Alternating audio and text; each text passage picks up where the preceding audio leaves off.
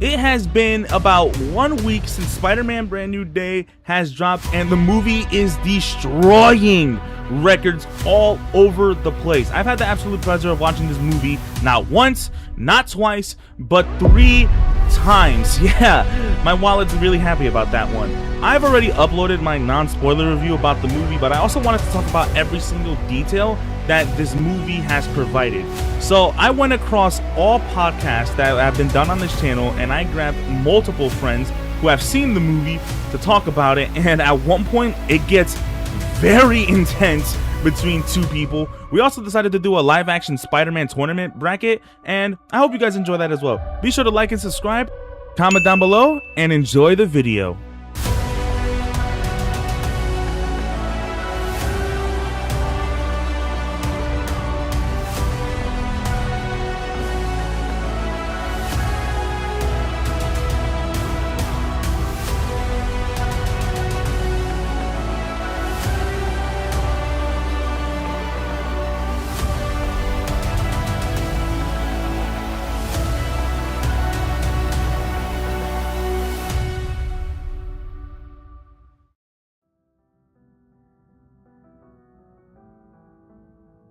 How's it going, everybody? My name is...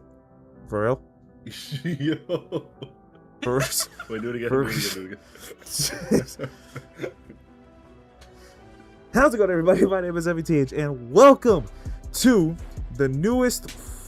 This is the 4th episode of the Nerd House podcast, where we will be reviewing the newest Tobey Maguire Spider-Man movie. Yes, Spider-Man 4 has officially released, and we are all very excited, right, guys? What? Yeah. No. Is the HUD of my suit reading that? What? Get that old ass man out of here. Damn. What are you talking about? We are gonna be here. We are gonna be talking about. Like, sit down. I bet you like a fucking mess.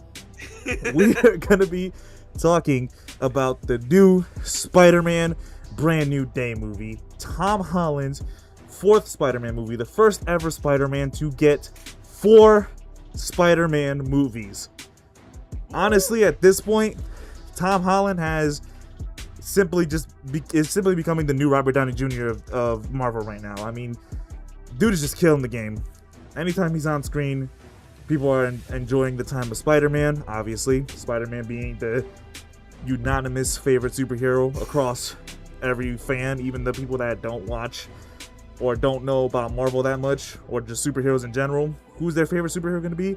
Well, ideally, it's going to most likely end up being Spider-Man, just because of relatability. Spider-Man can connect to everyone. And so, we have finally gotten Spider-Man Brand New Day, and I am here with 3 people this time to talk about the movie, and it might get a little hectic. There might be some arguing. There might be some laughing. A lot to go down, and someone just turned on their camera. Nice. You're gonna make editing harder for me. Thank you for that. Alright. So, for starters, I want to introduce everyone that's here. We got the person who's been a part of the podcast more than almost as much as Nick, but not as much, and that is my good friend Dragon Origins, Lake Savior. You could speak. Boo! Boo! And then we got our good friend who joined us for the first Spider-Man podcast, pretty much talking shop about the trailer and explaining our theories together. That is my friend Mango Slicer. And the person without a camera, who's been a part of every podcast except the very first one, and that is my good friend Nick. Yo. Yep, we are going to talk about Brand New Day. And as you can see, I am dying in this mask. I am losing oxygen as we speak. Yeah. So while I take this off, I want everyone to not give a rating, but kind of describe how you feel about the movie after we have all seen it. Wait, before you take it off, show the side view. Ugh. You already took it off. Oh, God. I'll start first. I was about to pass out. After having seen the movie, I can safely say that I feel good about life again. You know, like I was so depressed, and things were looking real rough. And then I came out of that theater and I was like, you know, brush my hair. maybe I should stay here another day. Would you say Oh, that okay, maybe jeez. a brand new thing? God, bro, you won't stop making that damn joke. It wasn't funny the first time. It wasn't funny the third. He's laughing. No, but I felt really good about the movie. I've actually that gave me a feeling that I haven't had for a superhero movie in a long time. So it's like to say I liked it. I loved it. What about you, Jose? All right, Nick, and what about you? I'm kidding. Despite what y'all think about some of my opinions on it, I really like it. Oh, we'll get into that. We'll get into that. Oh, there's a bump on my nose. You see that? Not a bump, but like a mark. I have to rewatch No Way Home to really solidify my opinion on it, but I think it's definitely at least the second best. It could be the first best, depending on what I feel about when I rewatch No Way Home. Live action? No, in terms of the Tom Holland movies. Oh, okay. Because I haven't seen Spider-Man 2, unfortunately. I don't know how good that is. But right now, Which we most likely be watching later tonight with our good friend who's with our good friend who's watching the movies for the first time. I'm excited for that. But at least right now, it's the second best Spider-Man movie I've seen. It might be, well, besides Spider-Verse. But yeah, really good. I give it a 9. It's really good. Okay, what about you, Nick? Top tier MCU movie. I'm not gonna lie, it's top tier. Absolutely. I think it's one of the best MCU movies we've gotten in a long time. Yeah, I mean, that's kind of all I have to say.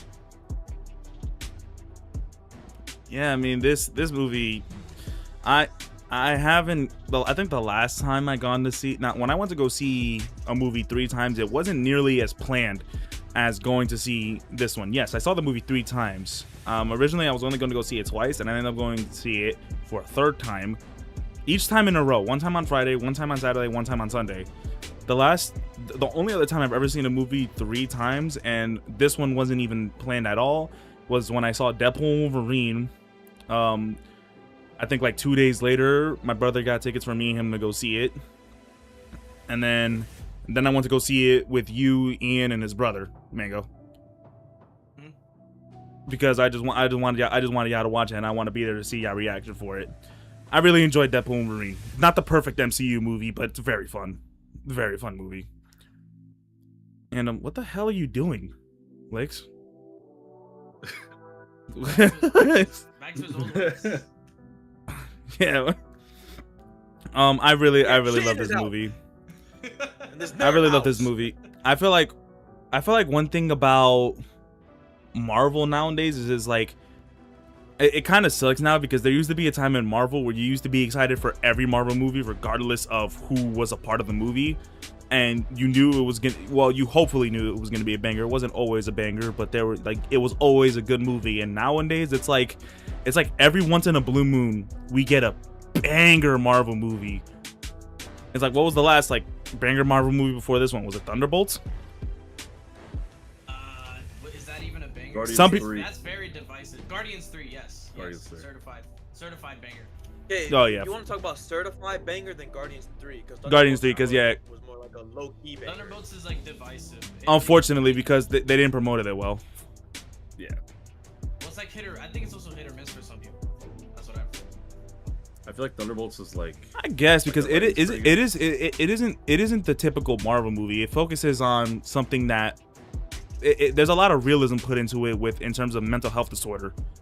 You know, it's very driven into that. It's very dark, and it's good. They did it really well. Also, unfortunately, it's also a lot of characters that a lot of people don't really know / care about yet. Yeah. True. So Yeah. They didn't have time to set that up. Yeah, but remember when around the time that movie was coming out, I forgot what movie was coming out around it. It was Brave New World, Thunderbolts, and Fantastic Four. Yikes. Everyone was more worried about Thunderbolts than anything else. That's true. When Thunderbolts was first announced, no one cared. No one cared. Everyone thought it was gonna be terrible. When the first trailer came out, everyone was like, well, besides Licks was the only one that actually, like, he stuck to the movie through and through, and I give him straight props for that. Yo. He thought the movie was gonna be a banger when it was first announced. He had straight faith in the movie, beginning to end. I was one amongst the people. I was just like, let me wait for the trailer. Let me wait for the trailer, and I think the trailer will decide how I feel about the movie. And that first trailer looked great. First trailer looked absolutely great. And after that first trailer, I was like, all right, I'm gonna go see this movie first day, 100%, and absolutely loved it. Surprised me, completely surprised me. And I feel like that's a common thing. Yeah, and I feel like that's a common thing with Marvel nowadays. Is like you get a lot of either decent or mid projects, and then there's just a banger out of nowhere.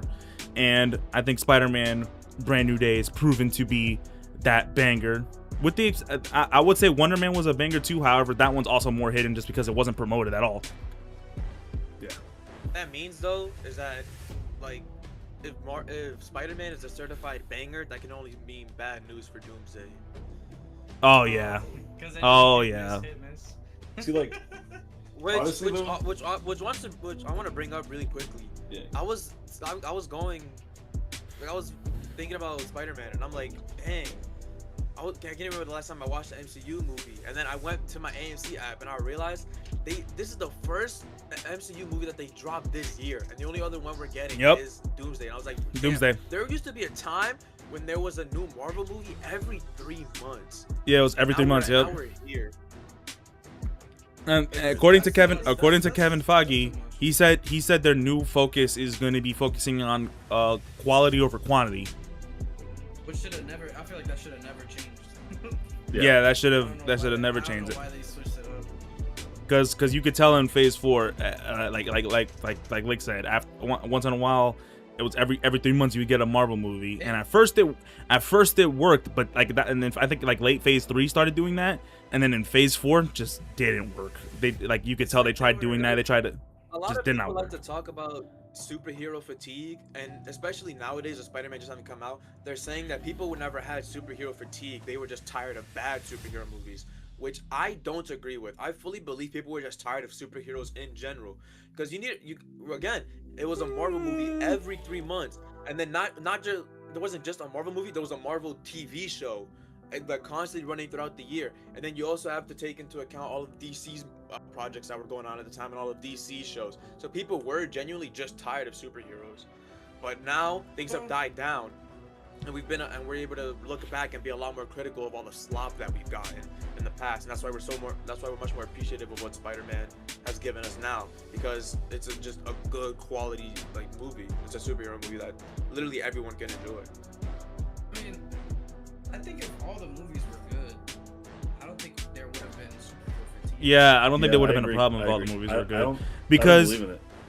because besides the show aspect, they didn't start making shows till Phase 4, which was after the pandemic. In Phase 3, there was a lot of movies coming out, and no one was really complaining. I mean, hell, Captain Marvel is a movie that isn't unanimously loved. There are some people who love it, and there's a lot of people who hate it. And no one really said anything about Captain Marvel when it first came out, because you knew what was coming up next. You know, like people didn't really care for Captain Marvel. It was just like, all right, let's get Endgame. Like, let's go. It's time to finish this. You know, there's a bunch of projects coming out, and then Far From Home comes out right after that. So there's just movies just piling up, and then the pandemic really slowed everything down, and then they started piling up even harder after that, because you go from Black Widow to Shang-Chi. No, you go from Black Widow, and then they give you 3 Marvel shows: WandaVision, Falcon and the Winter Soldier, Loki. Then it's Shang-Chi, Eternals, and No Way Home. Oh, three pretty much bangers from whatever too. Those are pretty good shows. Debatable. That's another episode. Yeah, it's debatable. At least Loki, right? Yeah, Loki, yes. Really not WandaVision? People are really high on WandaVision. WandaVision was good for like the first half. Episode. Yeah, Yeah, it just didn't really end as well. I think it was good till like the last episode. I feel like the last episode was kind of lame. But the rest of it. Falcon and the Winter Soldier was pretty tamed. It could have been a lot better if they did a different direction. However, it was still pretty good with what they did.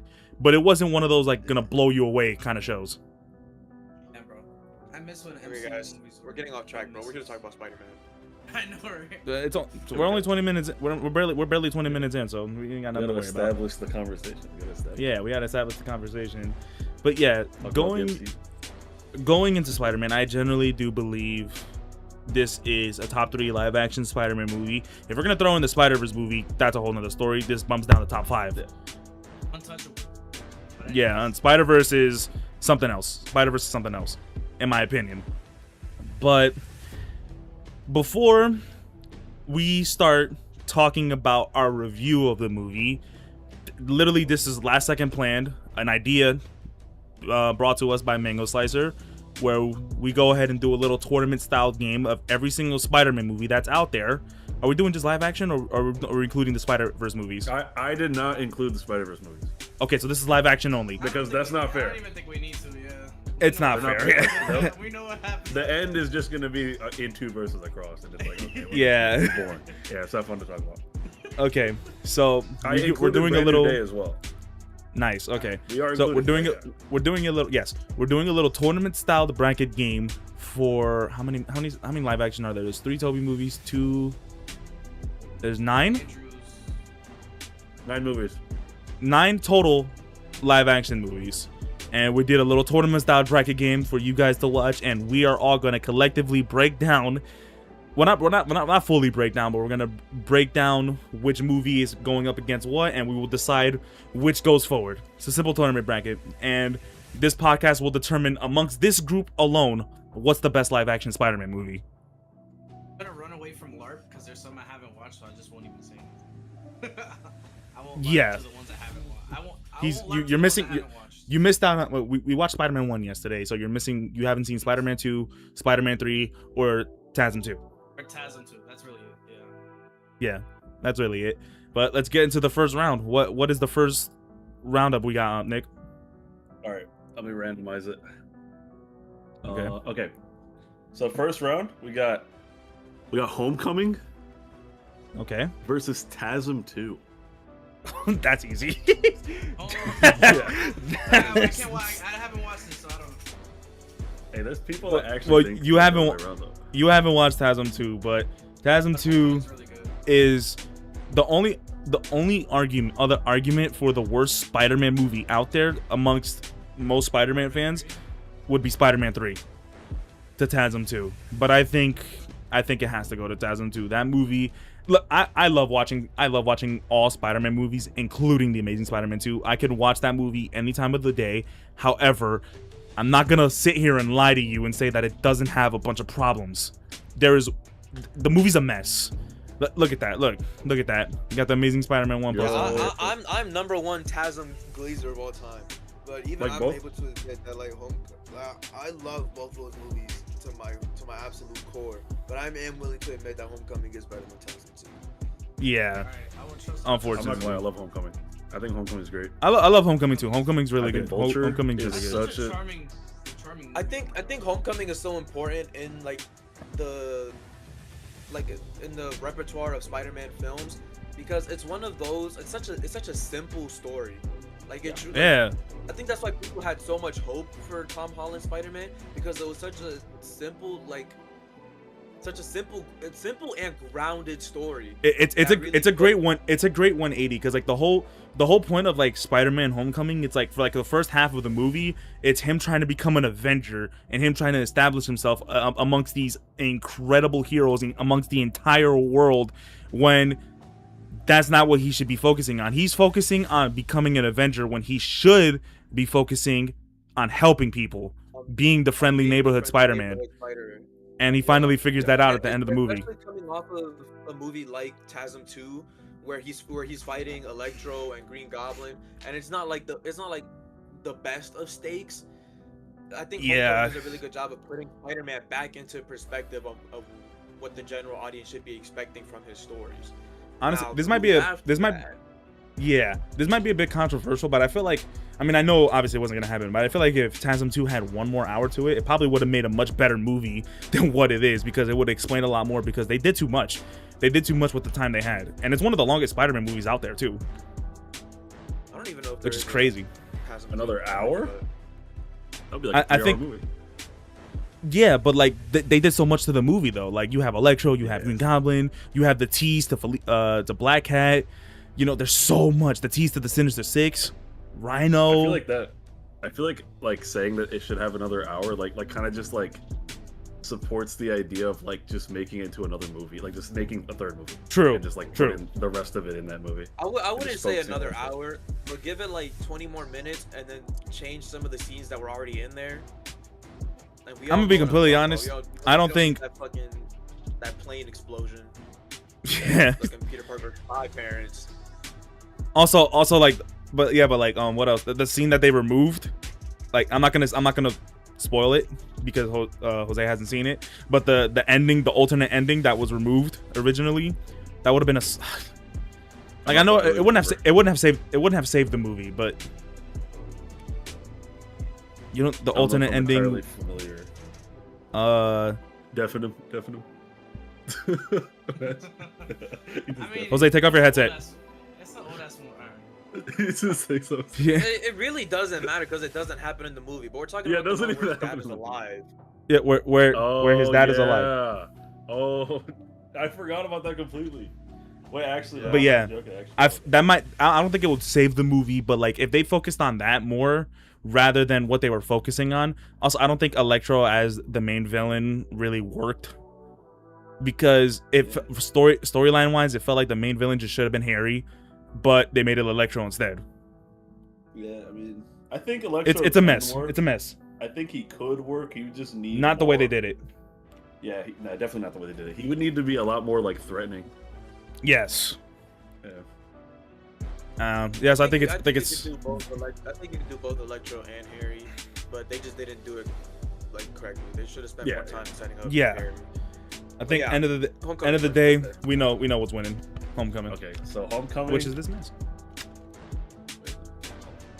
We spent so much time on that, and that was an easy one. Yeah. Well, we're gonna break down each movie. I'm trying to figure out like how to start this one. We gotta try to find a way to expand the podcast as much as we can. You know, like if we did just the ratings, this podcast would be done in 30 minutes. Yo, they want me to make an account? Okay, I'm just gonna like you know, you can't even see it anyway. Just write it. I'm just gonna read Yeah, it. just like right. Yeah.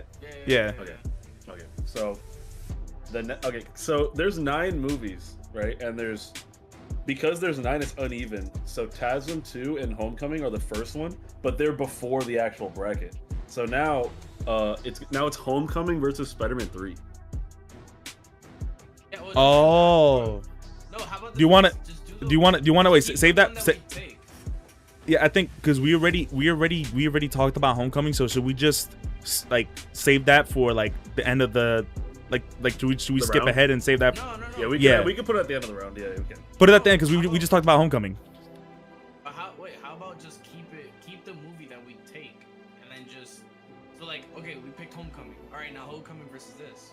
If Homecoming wins again, we do Homecoming versus that. And then let's say the other movie wins, we take that and then we put it up against the next one. We can do that if it's since it's uneven. That's how they do it. That's how a lot of the things. But you're saying like those. I know what you're talking about. Yeah, really like. Yeah. Okay. Okay. We could do it that way. And we could just Yeah, okay. Either one. I'm cool with either. Uneven. Okay. I feel like that's the best way to do it. Yeah. That might be the best way to do it. All right. Okay. Homecoming versus Spider-Man 3. Homecoming versus Spider-Man 3. It's Homecoming. Yeah, Homecoming. Yeah. Okay. But should we break down why we think Homecoming over Spider-Man 3? Do we need to? He said no. He said no. Do we too need many to? villains. Venom. No, it wasn't too many. It wasn't even that too many villains. It's just Venom was done wrong and Gwen Stacy was done wrong. Yeah. Oh, there's definitely too many villains. Harry, Venom, and Sandman. Like it's possible to have 3 for sure. Well, No Way Home That had movie 5. didn't- It's like Yeah. That movie just. We're gonna get to couldn't that. We're gonna get to that. hell, Spider-Verse had like 16 of them. handle it. But we love Spider. All right, so Exactly. Too many villains isn't a problem. It's what they did with the villains. Yeah, I think Venom is just the biggest problem. Really, just Venom's definitely the biggest problem, but they also messed up Gwen by making her a model. Harry. Yo, I'm not gonna lie. Like, I think we should keep. Oh, yeah. Because the next one is like really good. Like, I kind of want to. All right, so keep the bracket then. Keep the bracket. Yeah, like the next one is a really good one. All right. So yeah, so we're going Homecoming. Homecoming beats Spider-Man 3. Yeah, okay. Yes, yeah. The next one, okay. Far From Home versus No Way Home. I feel like that's a good one. No Way Home. I don't think that's a good one. I got. Wait, did I? I don't remember Far From Home that much, but I'd probably still take. I'm gonna go No Way Home as well. I love Far From Home. I love Far From Home. I'm one of Far From Home's top supporters. I think that movie's overhated as fuck. Same. Man, the people overhate on that movie for the dumbest fucking reasons. Ooh, sorry. Yeah. Can't curse too much really on the like channel. Far From Home as Apologize well. for that. I also agree though. Yeah, No Way Home. Actually, yeah, this one wasn't as crazy. But then it. Okay. Wait. Yeah, okay. I see this going. All right, we're going No Way Home. No Way Home. Yeah. Yeah, No Way Home. I love Far From Home though. Jake Gyllenhaal is one of my all-time favorite actors of all time, and seeing him do a great job as Mysterio, I loved how he was included. I love like Tom's diversion into the story, how like it's like a complete polar opposite to Homecoming, where the entire world is putting pressure on him into becoming the next Iron Man, and he doesn't want to become the next Iron Man. He's trying to live his normal life as Peter Parker, but he has to be Spider-Man at the same time. He has too big of a responsibility, and it's tearing him apart. Say that again. Yeah. Man. Did you say responsibility? Now, one of the biggest things with Far From Home though, like people like to hate on that movie so I don't know why. I don't know. I love Far From Home, but the third act is so peak, bro. I'm not gonna lie. The third act is like it gets so good at the end. Like there's like it's actually crazy at the end, especially like the way Listen. like it's crazy. I'll say this, like me personally, I have trouble like fathoming like just even understanding the concept of a Spider-Man movie that doesn't take place in New York. Like, what do you mean Spider-Man is in fucking Prague? Italy? Oh my God, he's one of the ones that has that stupid problem. No. But listen. Like, obviously, it's not my ideal scenario, but I can understand the need and the want to like see Spider-Man in a different situation than he's normally in. And so, okay, he's over there across seas. It's Prague, Italy, right? That's where they are in the movie. Yeah. They're all over. Well, they go to Europe. Paris. It's just all over Europe. It's all over It's Europe. all over Europe. Yeah, because they go to Paris as well. Yeah, They go to Paris. They go to London. He's far from home. He's far from home. I have an argument for this. I have a really big argument for this. No, but I understand the wants and the need, and so like yeah, that's a problem for me. But I'm able to look past that. But my real issue is kind of with like the story, because like I'm also I would say I'm one of the people who never really got over the fact that they tried to make him Iron Man Jr. And so I wish he was never put in that position in the first place, because then that starts bringing up questions to me of like, why is Tony Stark giving these all-powerful Edith glasses to this 17-year-old kid who's still in high school, and he's not giving them to Happy, to like Cap, Rhodey, to a bunch more responsible people. Well, Cap had retired, but you could have given them to literally anybody else in the Avengers who's infinitely more responsible or well suited to handle that machinery. More experience. Like I want because me, I can't imagine Tony Stark like inventing those glasses, inventing a million of those drones, and going, yeah, I'm gonna go give this to my 17-year-old sidekick. That just doesn't make sense to me. And then I feel like Far From Home's writing, I feel like it's the perfect example of like that MCU humor, where it's like they're constantly just trying to like make a joke of everything, and it cuts all of the tension out of like some really important scenes. And then don't even get me started on the Night Monkey. I hated that completely. But I will say, like, Mysterio, one of the best villains I think we've He was seen in so a Spider-Man good. movie. He was so good. The set pieces we got for him were incredible. I think And the only that biggest last act is the only really biggest good. problem I have with the movie is the elemental aspect. Like, it was great for the story they were telling, but Hydro Man should not have been fake. Hydro Man's a real villain, and I hated that they made him a hologram. I hated that they made him a Hydro Man is one of my favorite like low tier Spider-Man villains. I love Hydro Man. I don't care about that. I do. That was one of my Oh. biggest issues. I was really I didn't like that at all. I can see where you're going. But it with doesn't take it away. It doesn't take it away from the movie. I I still thought it love was the movie. funny. They kind of like trolled. Yeah, that was kind of funny. It was a troll. Yeah. Oh yeah, I was gonna say, so like about like the whole New York thing, like my counterclaim to that is like the previous movie, or well, not the previous movie, but like what? Because this was after Endgame, Yeah. right? Yeah, this is after. Okay, but yeah, the last time we saw Spider-Man, he was in outer space. Like, why is it crazy that he goes to Europe? Like, what's wrong with him Okay. going to Europe, but he's in outer space and on another He's- planet? Like, He's in outer space with the Avengers fighting the threat that threatens New York. threatens the So world. it's like you can't. And it's literally what he says in Endgame. You can't be a friendly neighborhood Spider-Man if there's no neighborhood. So that makes us be like he has Thanos to is be only up threatening New there. York. He has to be up there. 'Cause, like that's the Avengers movie. He has to be up there. Yeah. But for me, it's like if you're doing just a solo Spider-Man story, I would prefer to just be in New York. There's 5 different boroughs. But that's You the. can do But something I with think that's the whole point of the story is that Peter just wants to live a normal life. He just wants to be Peter Parker for a while, No, but he I get can't. that. So like, he wants to go on I vacation. like it. He wants to ask out the girl he really likes, and he can't. He's having a hard time doing it just simply because his troubles are following him. He has too big of a responsibility. I understand that, and I get that. And like I said, to me, it's just one of those things that I'm always gonna think about when I'm watching Far From Home. Whenever I think about Far From Home, I'm always gonna be like, why is he there? But then I'm gonna be like, because the story demanded it. And it's still a good story, so I understand it. That's just my own personal gripe. It doesn't change how I feel about the movie. Like it doesn't bring it up or down. for me. It's just- Nonetheless, Yeah. I think we all unanimously agree it's not beating No Way Home. It's not beating No Way Home. Yeah, it's not. It's not. I really like it though. But I really like the Far From thing Home, for but it ain't me beating No is- Way the thing Home. for me, the reason it beats No Way Home, or the reason No Way You Home think it beats No Way Home? Oh, I was about to say.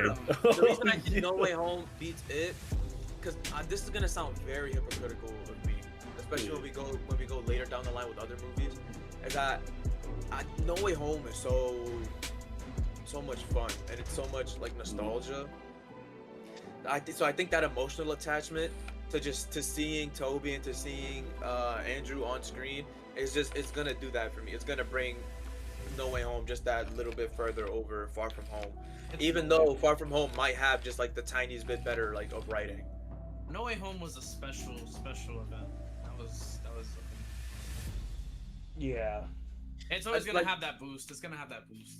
Like for me, Yeah. No Way Home was like the only other time I remember being in a theater and like the people were like clapping and cheering when things So happened. hype. Like besides So Infinity hype. War and I've Endgame. had a lot.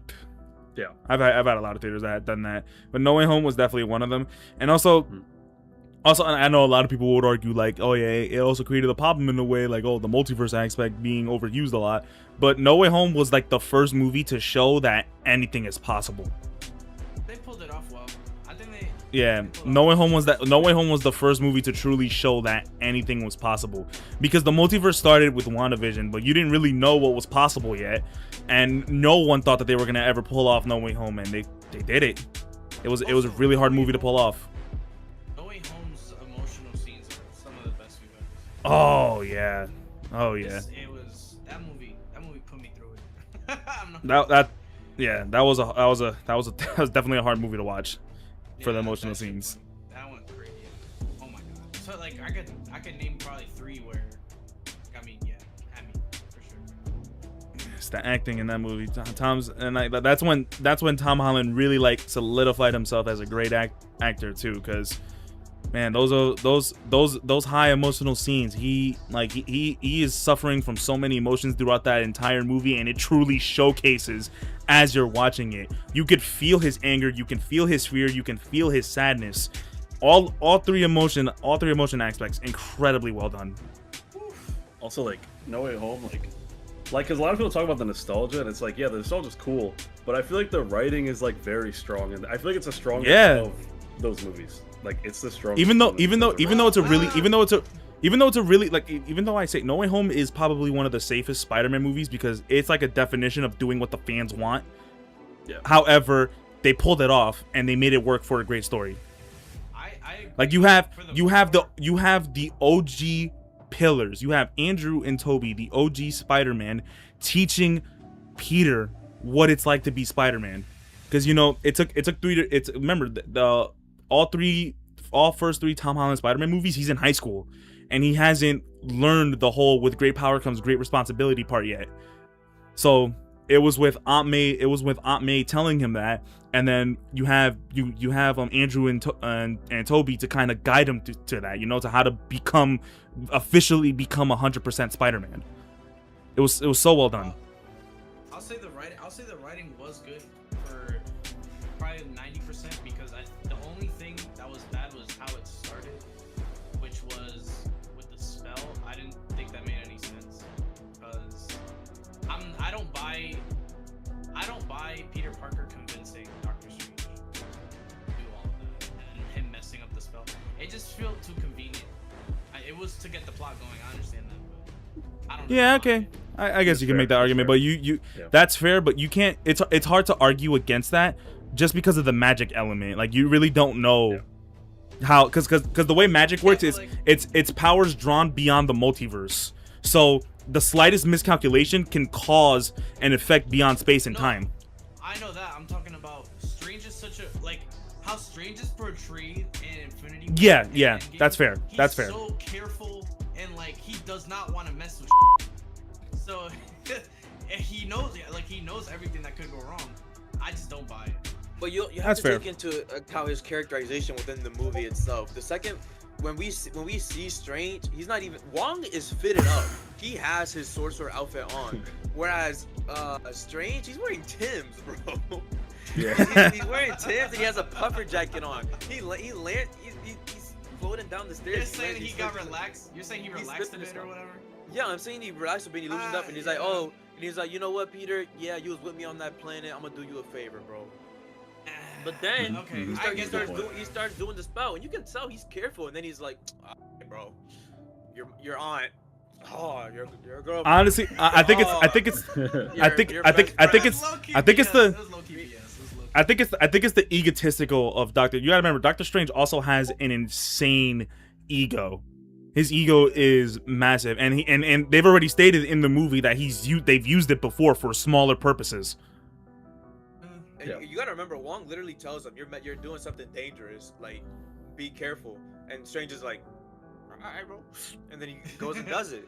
So it's like it's natural to him to like take it easy breezy, and then he messes up. It's a minor problem. It's not a huge. Yeah. What they should, it would have been so simple. This would have been a 20-minute movie had Doctor Strange be like, all right, let's thoroughly break down how we're gonna do this spell before we make something bad happen. That's what I'm saying. I get what you mean. I get what you mean. Strange would have done that, but no. To make the plot. I get what you mean. I get what you mean. But overall, No Way Home better than Far From Home for sure. Yes, sir. Yeah. All right. Next one. It's TASM versus Brand New Day. You know, okay, for a split second, I was immediately gonna go Brand New Day, but then I actually thought about it for a second. I'm still gonna go Brand New Day, but I love TASM. I love the Amazing Spider-Man. It's Brand New Day for sure, though. That's not fair. You could have had the Amazing Spider-Man go up against Homecoming, and it would have been safe to at least get one win. But he went up against Brand New Day. Brand New Day it's a new day. It's Brand New Day. Is just. I mean, obviously, there's gonna be spoiler warnings heading into this, but Brand New Day is just.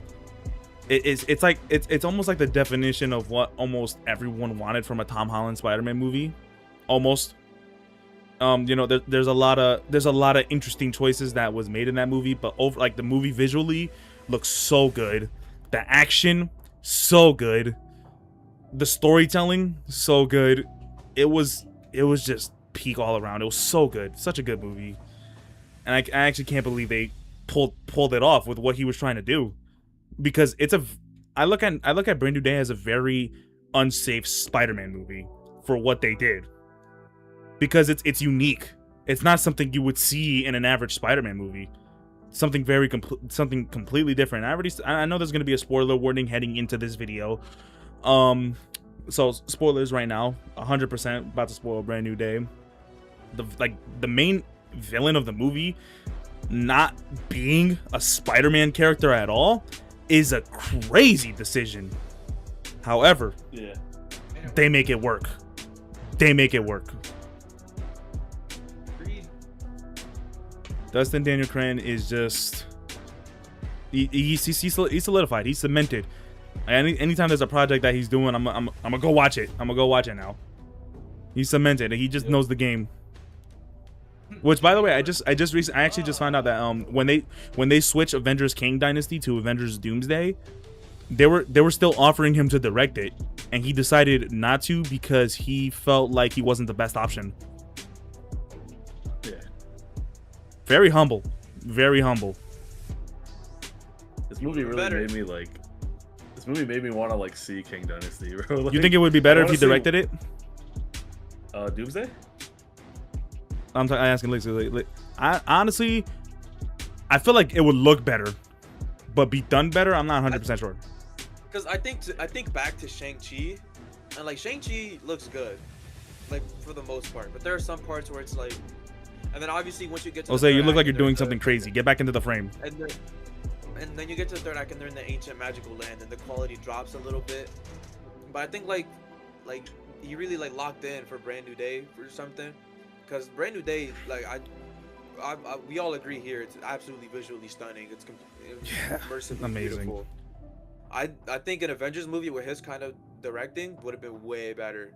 Way better. I honestly do think too, but the fact that himself thinks that he wasn't the right choice possibly means he maybe wasn't ready for an Avengers movie yet, and he doesn't want to screw it up because, you know, he cares about the product. He wants it to be good. I think he was waiting maybe for more public perception. I think now he has the confidence to take on. And then, I think he would have the confidence now. He's very big on like the physical and the practical stuff. And Yes, he is. Do that with an but you can't really do that with an Avengers movie. First time a Tom Yeah. Holland's movie had actual practical swinging. They should team up with him on Secret Wars. I don't know if it's too late for that, but they really should. Well, they probably will for certain scenes, depending on characters. Yeah. Like Sean, or even Doomsday. Like Sean, like there's probably he has some sort of involvement in Shang-Chi's scenes, more particularly his action, because, you know, it has to still look like Shang-Chi. Yeah, he has a lot to bring to the table. Because I know didn't think the Russo brothers did that where like practical effects then. didn't the Russo brothers did that for like Infinity War? They like, you know, they had like a little bit of help from like James Gunn, Ryan Coogler for certain scenes of the movie to like truly make it feel like when the characters were involved that they made, it would still feel like. I know James Gunn helped with like the writing of the characters, but I don't know about the directing. I know not the directing, but like just to help give like perspective. Yeah, probably. I honestly think they did, and you know maybe this Destin Daniel Cretton did the same. Destin Daniel Cretton, amazing, great job. Join our podcast. That was sold on him after Wonder Man. Yeah, same. Because I didn't like Shang-Chi that much, but I saw. I did. Wonder I really Man, like I it. was like, yo. Brand New Day is better. So Brand New Day over what? Who said? TASM 1. TASM 2. Now, the Amazing Spider-Man, the first Spider-Man movie Andrew, outside of don't get it Tobey. wrong, you're still my goat. Andrew, we love you, but you're dead. You gotta go. I'm a TASM Nah, fan, but to be honest, so yeah. Nah, I love the Amazing Spider-Man. Like, there's things I like about it, but I just overall don't like it. Like, I don't know. I like Andrew. that's another movie where I feel like it kind of feels a little bit unsafe. And one biggest example is the suit design. You have gold lenses instead of the white lenses. You don't have the Spider-Man belt on. But one thing I love is that like it feels so real. Like if like someone with low budget would create a Spider-Man suit like that. And also the more the movie goes on, the more the suit gets beat up. Like, you know, he's not making a new suit. To be honest, I hate that suit. I think it's ugly. I don't hate the suit. I actually really like the suit. TASM one, I think it's like the worst one. It's like I don't. The TASM 2 suit though. The TASM 2 suit's is peak. goated. It's so good. It's the best one, definitely. Yeah. Literally, brand new day's Spider-Man suit would be the best suit had it just simply had the wider lenses. Yeah. You're right. But because it doesn't have the wider lenses, I'm still gonna go with Amazing Spider-Man 2. Yeah. Oh, you guys are. Yeah. I haven't seen the movie, so I don't know what it looks like. It looks really You gonna see. It's one of the best looking Spider-Man suits of all time. It's like picture perfect definition of comic accurate. Yeah, No, that it's looks so good. really No, it looks It's really so good. The only thing Yeah. that sucks is the eyes don't move. That's more like a MCU thing. But that was Yeah, that was that's an a MCU Tom decision. Yeah. Sam Raimi's did it. Which was a very great decision, by the way, because like yeah, like you know it's cool. he's so expressive in the yeah, it makes it more expressive. Like, bro, when I was walking around in the theater with this, I would literally I was messing with people's mind. Like let me turn it on right now. Like I'd have the eyes closed when I was walking in, and then anytime someone brought out Spider-Man, I looked to my left and I'd just be like and then like when I was looking at the menu trying to figure out what I was gonna order, I would just be like, you know, like, I was just messing with people because I was wearing this sweater, so I had this remote controls it, and I just had my hands in my pockets, my sweater pockets, so the whole time I'm just messing with people and they're trying to figure out how the hell I'm getting it to work, and I just kept saying I'm Spider-Man. The Peter Parker pulled up to my cinema. in the flesh. Yeah. All right, so But yeah, sorry Andrew, we love you, but Brand New Days, yeah, definitely better. so ready to. All right, this is the hardest one. This is the hardest one in Oh my this gosh, round. I know what it is. Yeah, it's Spider-Man 1 versus Spider-Man 2.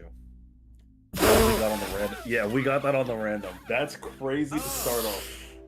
Oh, that's That is, hard. like- I can't even talk. I can't even talk. It's actually tough. Like, there's so many. Like, they're so neck and neck. It's so like even. Damn. I haven't seen them in a long time. I would say 2, I'm gonna. but just barely. Yeah, I'm. I'm saying two. gonna have to say 2 as well, but damn, it's like right there. It's like barely, bro. Like it's like just bare. Like it's. They're both like so like Spider-Man. Like Spider-Man 1 was like amazing, right? And then Spider-man 2 just like matched it. You know, just- like it matched it.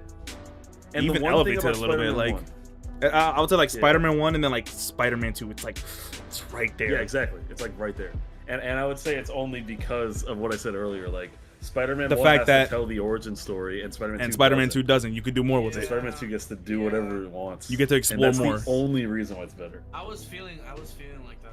I was feeling Yeah. like that when I was watching the movie. I was like, oh, they have to spend a lot of time with the development.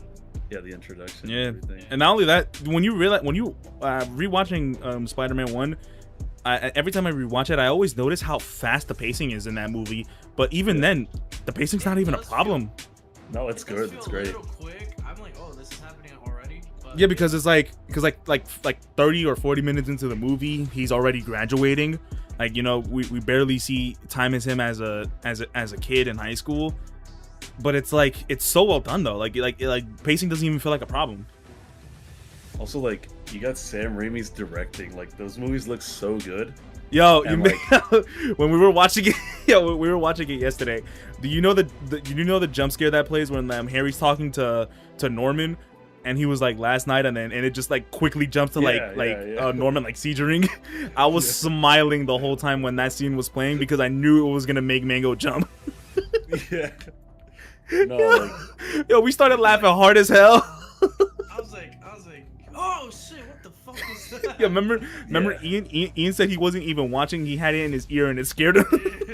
Yeah, bro, that shit came out of last night. I was, oh, I'm like, Yeah. bro. It's because he's a horror director, so he directs horror movies. So he did the Evil he Dead threw in a franchise. yes, and Yeah, that's why Ash Williams just cameoed in it a lot. But And those movies look really good too. That's why Spider-Man looks so good. Like, for the time it's in, Yeah. Yeah, the only thing that threw me off was the CGI.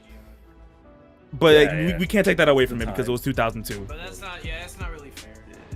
Yeah, but yeah, remember what I said about Spider-Man 2? When we watch it later, yeah, be ready. There's a jump scare in that movie that's bad. Yo, like actually scared the heck out of me as a kid. Like I to this day, I think I was like, how old was I when I first saw Spider-Man 2? I think I was like 4 years old, and this jump scare traumatized me. Yo, I was crying when I saw it. That's funny. yeah. No, it's, Yeah, remember the other one where with Spider-Man's dream and Green Goblin's just like rah. You could just hear Mango like, this movie, bro. and like Spider-Man 1 and Spider-Man 2, like the villains are just so like Doc Ock and Green Goblin are just like they just match each other, bro. It's Yep. like great villains back to back. It's hard to even choose who's better. Like they're both like so good. I think evidently, if we're gonna give it to one, it's gonna be Spider-Man 2. Spider-Man 2 definitely deserves to move on. We're not gonna take anything away from Spider-Man 1 though. I love it. It's the reason I fell in love with Marvel. It's the reason I fell in love with Marvel and Spider-Man to begin with. The reason I fell in love with superheroes. The reason I became a nerd. Spider-Man will definitely go down as one of my favorite movies of all time. But Spider-Man 2 is evidently better. Yep. I agree.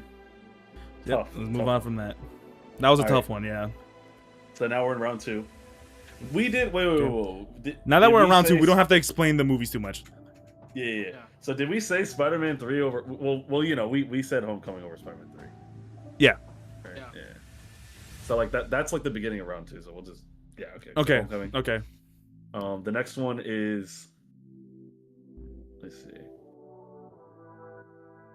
Oh yeah. Okay. Yeah. Now we're in round 2. That was round 1 actually. What am I saying? Okay. Now we're in round 2. So now it's Homecoming versus No Way Home. No way home. No way, Jose. No way home. I'm not gonna lie. Okay. I'm not gonna lie. Get in the frame, boy. I think this one's actually like really close. Like I think Homecoming's really good. It actually, I think it's close. Wait, what was it? Vulture is so. Homecoming. No Way Homecoming Home versus No Way Home. and Homecoming. Pay attention. I can tell you were doing something. Like I'm not gonna lie, Homecoming's like really good. I actually think it's like pretty close.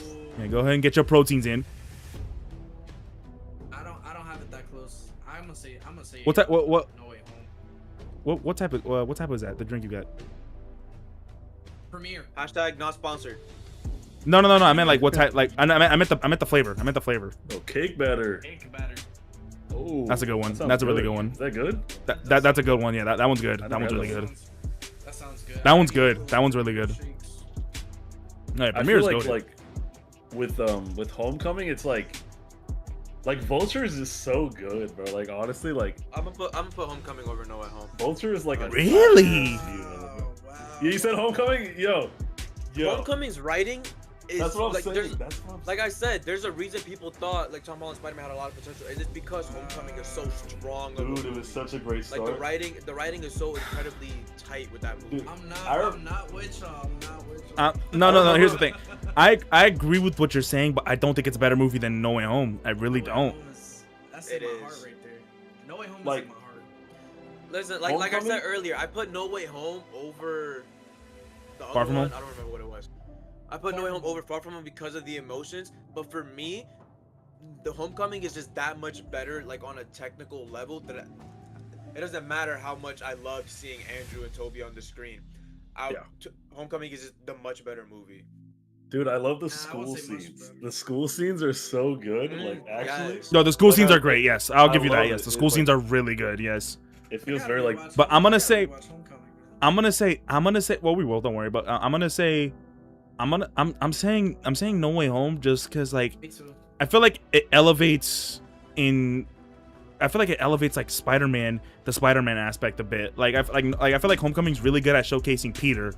No Way Home elevates Spider-Man to me because it's like you got the two OG Spider-Man teaching Tom, you know, not teaching Tom, but like, you know, kind of like guiding the way for Tom to become a great Spider-Man. You got just sniff Andrew. that fucking laundry if it was dirty and then throw it on your bed, bro. You nasty. On the podcast is crazy. I'm not deleting. I'm not. That's staying on the podcast. Yo, But, no, Sorry, either. I'm watching That's do that crazy. whole thing. Yo. But then we got Andrew. We got Andrew getting his redemption. We get a great moment between Toby and Tom where you got the very first, and then you got the you got the legacy right standing right in front of each other, and there's no line said in this scene. He is just holding the Goblin Glider, and Toby's eyes tells the entire story. He's like, there's no one who's been through the what Tom is going through more than Toby has. Well, mainly because we haven't seen it much with Andrew.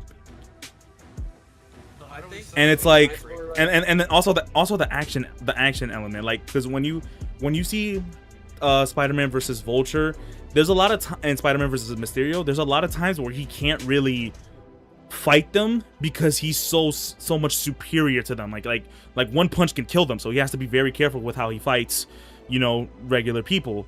Or at least that's how I look at it. And then when it comes to Green Goblin, like that first scene when they're in the hallway and he's just like duking him in the face, and then Green Goblin's just looking at him, smiling all menacingly, and then he just slams him through the ceiling, does a spine buster on him, and then at the very end where he drops him on his neck, it felt very violent. And I don't know. To me, I honestly think that's just a better movie. Yeah. For me, because Lick said Homecoming. You know, I almost want to say Homecoming. Like it's like.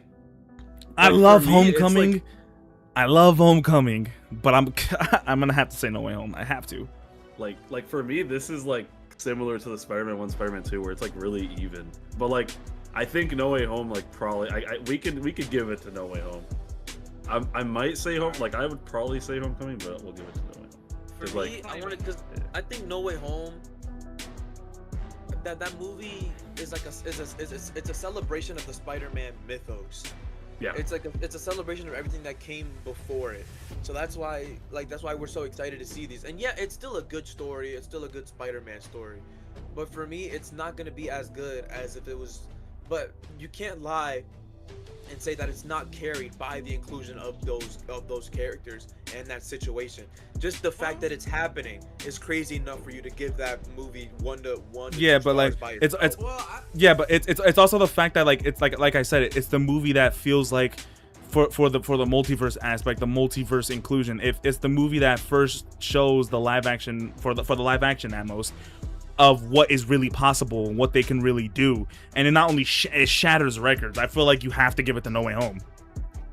I'm also like, because I feel like I have to do this at this point because it's like, yeah, in terms of the reason you keep clarifying live action multiverse stuff is because we all know that we already saw it. Yeah. No, we know that Spider-Verse is it's a much more superior film. Yes. In terms of the story and everything. And so for me, it's kind of like, I don't. And if it wasn't even for Spider-Verse, I don't even think we would have gotten, because I remember after Spider-Verse came out is when the idea of No Way Home first started. No Way Home just first started as an idea. Like I remember seeing a post. There's this Photoshop photo of Toby, Andrew, and Tom Holland all sticking to like a water tower, and then there's like a poster of Miles in the background or whatever from Spider-Verse, and the caption read, "Imagine if we got this for a Spider-Man movie," and it was specifically mentioned after seeing Spider-Verse, and that's where it started. That is literally where it started. But I would also say, like, I think part of why No Way Home is so good is the consequences. That's what I was gonna say. The stakes. The stakes are so high in that movie. Of No Way Home, and I think Brand New Day, the way they continued it makes No Way Home an even better film because they didn't just like undo. That's very fair. He has to live with. Yeah. That's actually one thing I was worried about going. That's one thing I was worried about going into Brand New Day. Yes. And so that like I said, the end nailed of it. No Way Home even more weight. It gives it even more weight. So that's why I like No Way Home because of the consequences of. Like I understand the Andrew and Toby like is a really big part of it, and that's why a lot of people love it. But I also think the decisions they made at the end brings that movie over the edge. It brings it over the edge for me at least. Yeah, and like what Envy was saying, like he was talking about like the violence of it, right? Because it's a lot more violent than the other two movies, and yeah, like we even see like Green Goblin kills Aunt May. Like that's like crazy. Like with his glider. That sets like the stage for like this is the stakes. Like we are killing people in this movie. Like they are dying. Like you know what I mean? Like yeah, I still remember like gasping so hard when you see the glider hit her back. Like the way it knocked her over. I said, "Oh my god!" No, it's crazy. Like that movie. But then she stood up. And they faked me out. And I was like, "Oh, okay, she's just a little bit hurt, but she'll be fine." And then she falls down, and I'm like, "No." Dude, I got spoiled for that. I understand all of that. I was a mess, yo. Bro. Yeah, like, dude. So like that scene me up. So when that movie came out, you go. For me, like writing wise, I guess, like Homecoming is a much more like cohesive film in and throughout. We don't have to we're not constantly bogged down by like, well, we have to worry about Doctor Strange, we have to worry about having to handle 5 different villains from previous movies. We don't have to worry about writing in good character arcs for Toby and Andrew, and then we also don't have to worry about doing MJ and Ned, because they're so, because MJ, because even the fact that MJ is not that big of a part of Homecoming, that story of him having to go through like that crush with Liz, and then realize, like, when he opens that door and realizes that Vulture is Liz's dad. That was a really good reveal. Oh, that was that was an insane reveal. And they have that conversation that he's at the door to the dance, and he's sitting there going, dang, I could walk in right now and have like dance with like the girl that I really like, and she likes me right now. But then it's like, I can't, because he has that responsibility. That scene is just making me think about how young, like, even though Tom Holland still looks like a kid, Tom Holland looks really young in Homecoming. And then there's like the best Spider-Man scene of all time, where he's trapped under the rubble calling out for help, and he's like, and then he believes in himself. I'm Spider-Man. I'm Spider-Man. Yeah, and I like how it goes. It goes from he starts. He's like, come on, Peter. Come on, Peter, and then he switches it. He's like, come on, Spider-Man, and he just starts lifting that shit. That's an amazing scene. Absolute amazing scene. Like, I'm not gonna sit here and say that you guys are wrong, but I think it's just like, I think I'm not. And in terms of what I expect from a Spider-Man story, I expect something more akin to Homecoming than I do to No Way Home. Yeah, I'm not gonna argue it. I think we both deliver valid points, but me personally, I'm gonna say No Way Home. And it's clear I've been outvoted, so we gotta move on. But we're not taking anything away from Homecoming. We're not taking anything away from Homecoming. Yeah, so No Way Home. We'll go No Way Home. Yeah. All right. No Way Home. And then you haven't even talked about Brand New Day yet, bro. Not even. Yeah. I haven't even talked about it. So now this is gonna be like a 2.5 hour long podcast. Yeah, it is. Bro. I love talking about Spider-Man. Yeah, it makes sense. Okay, so this one is Brand New Day versus Spider-Man 2. I'm sorry. I haven't even seen this. I can't even talk about it. It's Spider-Man 2. It's Spider-Man 2. Shoot. Oh. Again, I'm gonna reiterate this every time. I haven't seen Spider-Man. I haven't seen the Raimi trilogy in a long time. I'm gonna say Brand New Day. Oh, this is hard. I wish I could even speak. Man, we should have watched Spider-Man 2 last night, bro. I'm saying Spider-Man 2. I'm sorry. I'm saying Spider-Man 2. Unfortunately, I like Brand New Day though. You're the tiebreaker, Darren. I am the Think tiebreaker. about this. Think about Like this. I loved Brand New Day. I'm not nothing against that movie, but Spider-Man 2, man. It's just.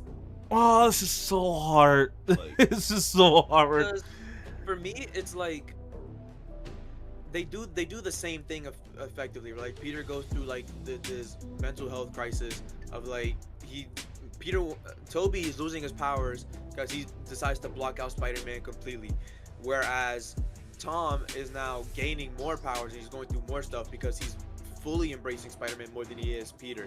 And so they're kind of doing like the mirror of each other's arcs, and I feel like Brand New Day does it a bit better. Like from what I remember, we get like that iconic shot of him throwing away the suit in the trash, and we get like that quick montage of him like rejecting Spider-Man. But then he sees that building on fire and he goes, and then he comes and he saves the girl and he's like, Spider-Man is needed, so he goes to become Spider-Man again. Whereas in Brand New Day, Peter is struggling with that choice between Peter and Spider-Man the entire movie. Yeah. And so it's not, and then now you have to take into account like the villain as well. Doc Ock is really good, and like I like him as a villain, but I think compared to someone, I don't want to compare them like that. I think Jean's story is a lot more compelling and interesting than his. Yeah, I did say because I like Spider-Man PS4's Dr. Octavius better than Spider-Man 2's.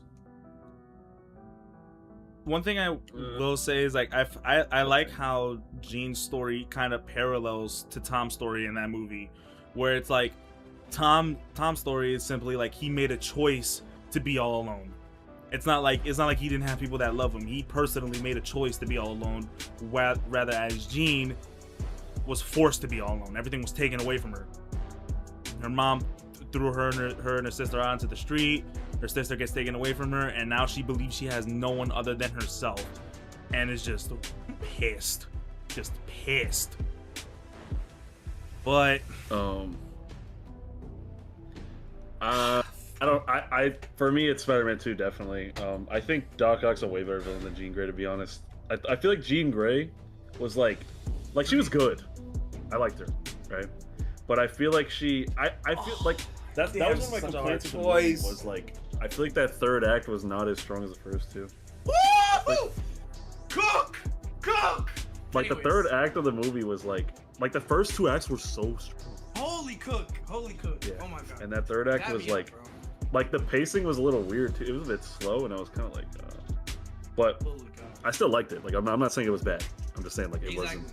Like it's like those first two acts were like it didn't even feel like a Marvel movie. That's how good it was. And then that third act, I was like, oh yeah, this is the MCU. Oh yeah, we're watching Marvel. Like that's kind of how it felt. Not saying it's bad, but I'm just saying it's like. I get what both of y'all are saying. I disagree with it down though. to a 7. I get what both of y'all are saying. I'm not even laying down.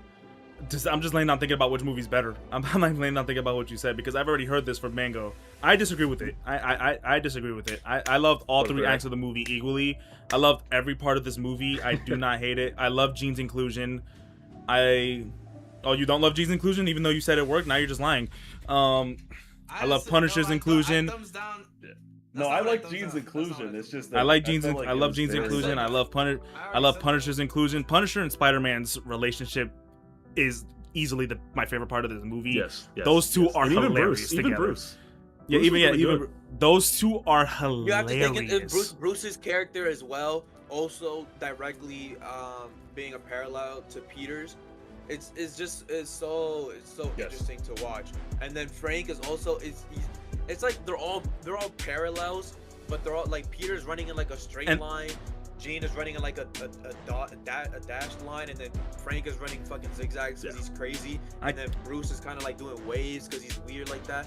But all those stories running parallel to each other, each with different lessons to learn and to take away from them, is just so much more interesting to me. And then again, the fact that Punisher and the Hulk are even there, because like, again, it's like how I said in the Superman movie, or the Supergirl movie, I loved how Superman's inclusion was done in that movie. So I love how these characters are done in this movie, because it truly now does feel like this is the MCU, because there's other characters that we've seen before here now.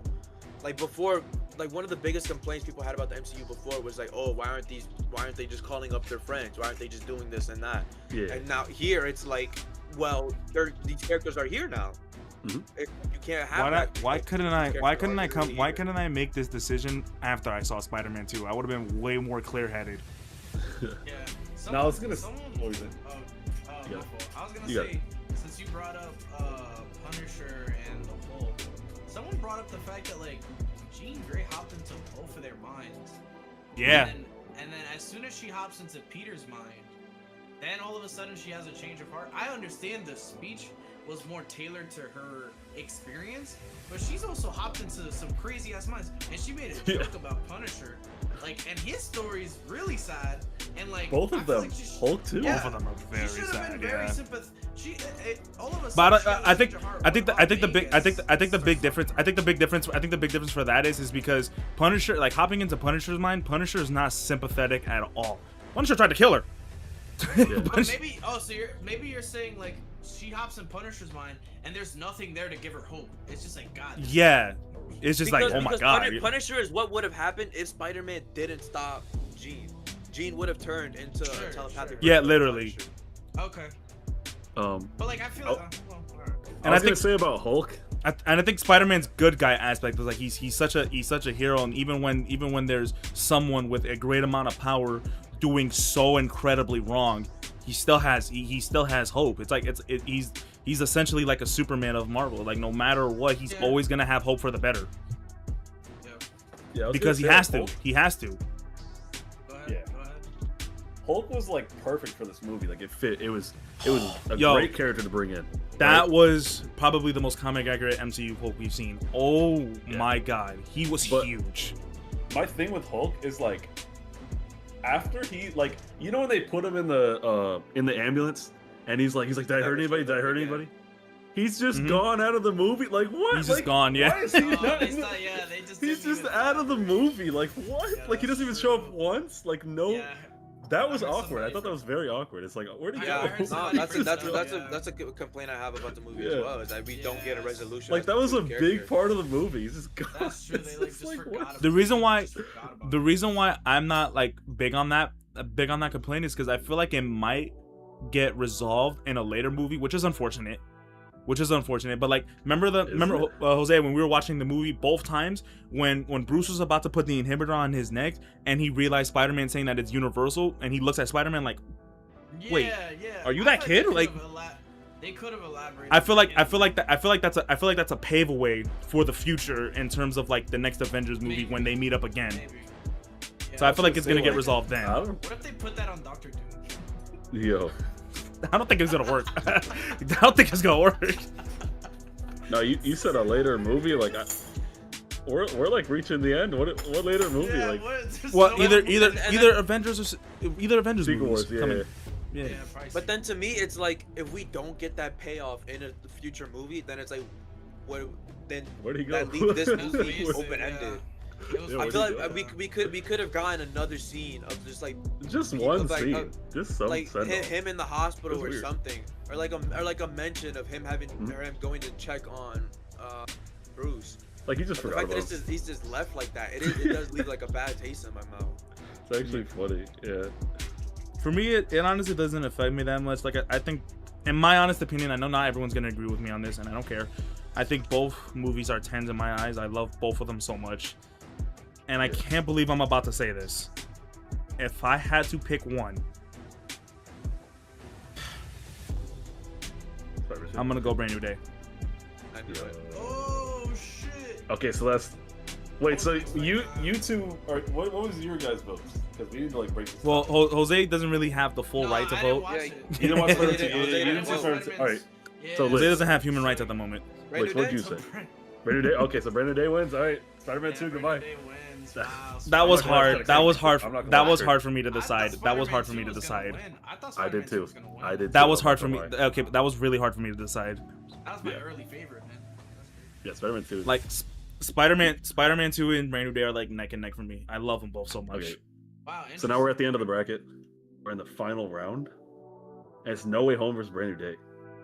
Brand New Day. Brand New Day. I think No Way Home. I'm No Way Home. Oh, we have a tiebreaker. Yeah.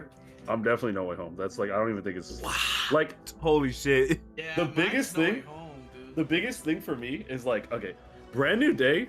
First of all, it looks way better than No Way Home. I'll give it that. It does look That's way true. better. I agree. But No Way Home story is way stronger, way more consistent, way more like everything. Like it really is. Here's what I'm gonna say. This Like, this I might don't be even think this it's might be a that, big like- controversial. So let's now that this has nothing to do with either of the two movies in terms of comparing them, but here's how I'm gonna start it. And it's gonna sound off at first. I'm gonna fully admit that.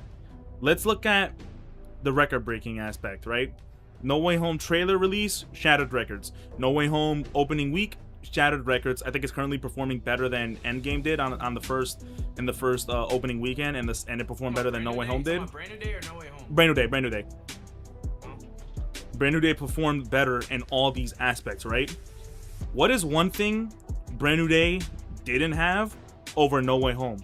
Oh, No Way Home has the nostalgia to it, where everyone who's watched the Marvel movies throughout the years wants to go see this movie, mainly because you're gonna see Green Goblin again, mainly because you're gonna see Dr. Octopus again, you're gonna see Lizard again, you're gonna see Electro again, you're gonna see all these characters. You're gonna be Toby, Andrew.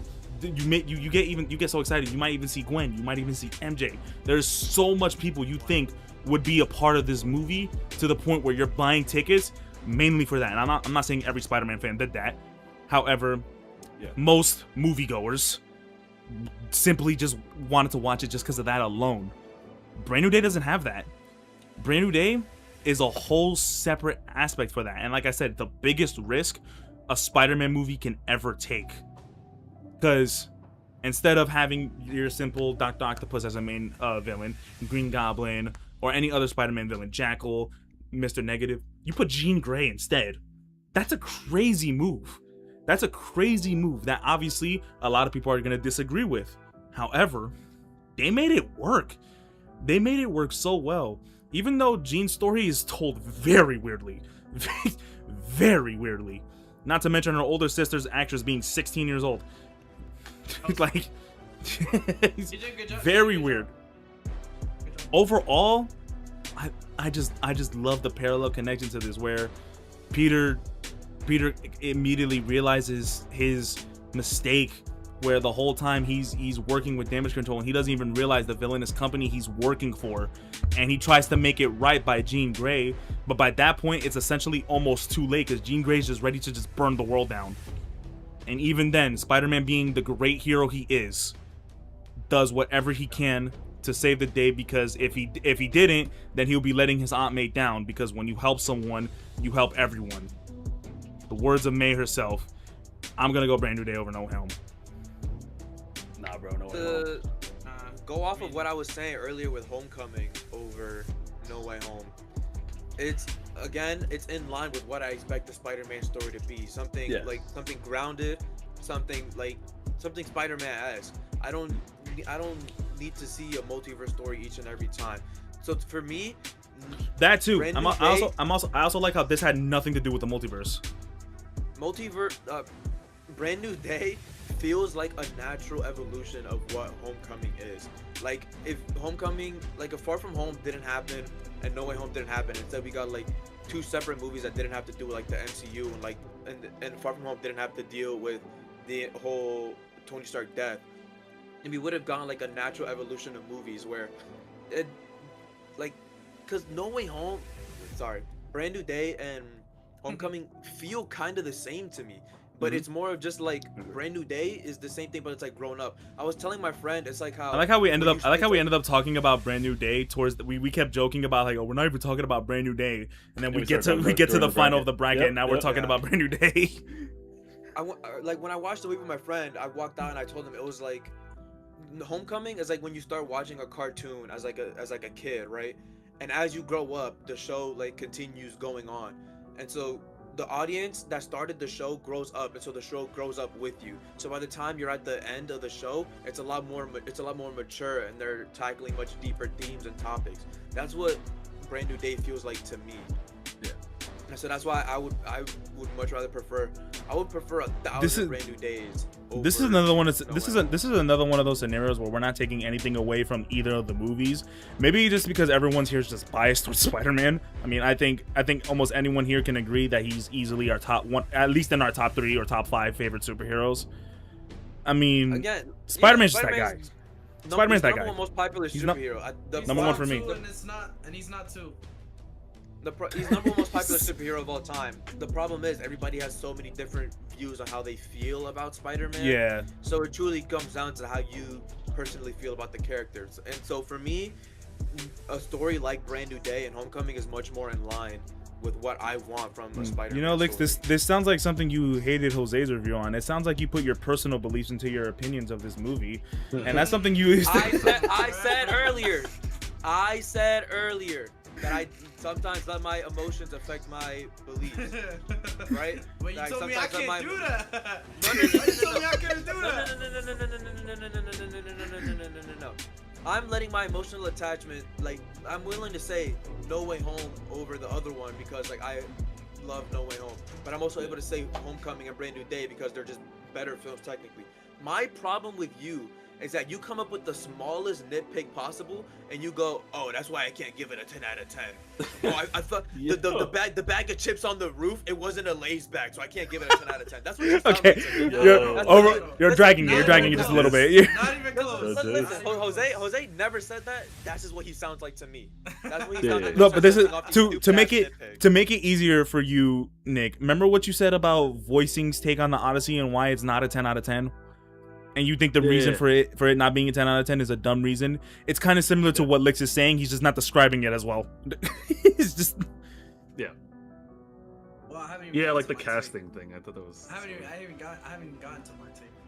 Yeah, you say yours. You say yours. I'm Brandon Go ahead. Day. I also gotta say mine too. Or both. No. Yeah, everyone gets to say that. Everyone has the opportunity to say their take about Brandon Day. So let it be I known. would say Let's get into it now. Upon rewatch, all right. I'm not gonna say that she's in the movie for too long. Okay. That I realized. You said that that's first. not my- You said that was the first thing you said. Or not. I know. But At least you know that now. At least you know that now. Yes. No, see, here's the Not thing. that it- Like after we saw, I'm sorry for interrupting you, but after we saw it for this, well, you saw it for the second time, I saw it for the third time. After we saw it in Screen X, and we were arguing about it in the car, I fully understand what you're saying. Me personally, just don't agree with it. It's just when you first started describing it, it sounded so off. So yes, upon rewatch, it's not that she's in the movie for too long, right? Because she's not even in the movie for that long. That's not. It's just how you feel. It's the fact that It's a pacing. like it's the fact that I'm sorry, I don't even. What is your name? Because it just says henchman. Nick. Here. Nick. Like, what the f- henchman? That's his name, right? He's the henchman, bro. He's a Spider-Man He's the henchman. henchman. Yeah. He's a goon. It's going to what Nick said. The first half of that movie to me was so freaking good, and then the third act or the second half started feeling more and more like a Jean Grey film. And I wasn't like rocking with that. You wasn't resonating with it. Yeah. I wasn't like I felt like that was so. I feel like those parts were way weaker than the first parts. Way weaker, right? I honestly And that's why- don't agree with. I love the entire thing equally, but we're beyond discussing that. Like we already know that. Yeah, to me it was a lot weaker. There's nothing we really could do to liked the change it. first There's one. nothing we could do to change each other's opinions. It's just a difference of opinion. However, Even we all though- still agree with this movie. We all still love this Right, movie. even though I actually think they pulled it off well. It's not like I hated them. I just loved You just didn't. the first half. You way just more think than yeah. the You just second. think it would have been better without that inclusion, It's just like or if it was just done more differently. maybe done differently. I just feel like she's a little too prominent. Like that's the word. She's a little too prominent in the film. Not that she was in there for too long. See, the reason why Because I don't agree with you is because I feel like they kind of have to do that just because she's the main antagonist. You kind of need scenes like that. They made her the main antagonist. Anybody could have been the main antagonist. But Yeah, no. it's That's what I'm saying because she's the main antagonist. I feel like they have to do that. But that doesn't always, like, not every villain gets the same treatment Jean Grey is because she's not a real villain. She's actually setting up to be a hero. That's why they did the origin story and they put so much time into her. I think that's probably why you feel so off about it. If she was an actual villain, you probably wouldn't have. That's probably why, but yeah, that's just how I feel. I was gonna say about No Way Home, like why it's better. I feel like No Way Home, like I said, the visuals. It's granted, they're not. better, No, I'm kidding. but like No Way Home, like I feel like it's like stronger in like most aspects. To be honest, like Peter's character arc, right? I think his character arc in Brandon Dave's probably better, but it's like not by a lot. Like it's like very close. Like his arc in No Way Home is very good. It's very strong. I like And that. also the villain in that movie. Well, you know, there's multiple villains in that movie, right? But the main villain of that movie is Willem Dafoe, Green Goblin, and it's like, Yeah. I'm gonna sit here and say like, he is a better villain than Jean Grey and Damage Control. Obviously. The Department of Damage Control, like, Okay, well, yeah, Like, he is a very Willem Dafoe, strong Green villain. Goblin, like Willem Dafoe. Yeah. Green Goblin's always going to be a better villain. Like, that's one of the biggest things. Is like he's the Like, villain am- of that am I- movie. Like that's crazy. he is Green Goblin is one of my favorite villains of all time. Like, I think he's my second favorite villain of all time. To be completely honest with you, I love Green Besides Goblin. the Joker. Besides the Joker, yeah. I feel like Damage Control was like kind of weak. Like at the end when they like pull the whole like because Jean was the villain, and then it was like, oh, actually, it's Damage Control that's the villain, which I mean, it's pretty predictable. Whatever. I mean, right? that was like very predictable.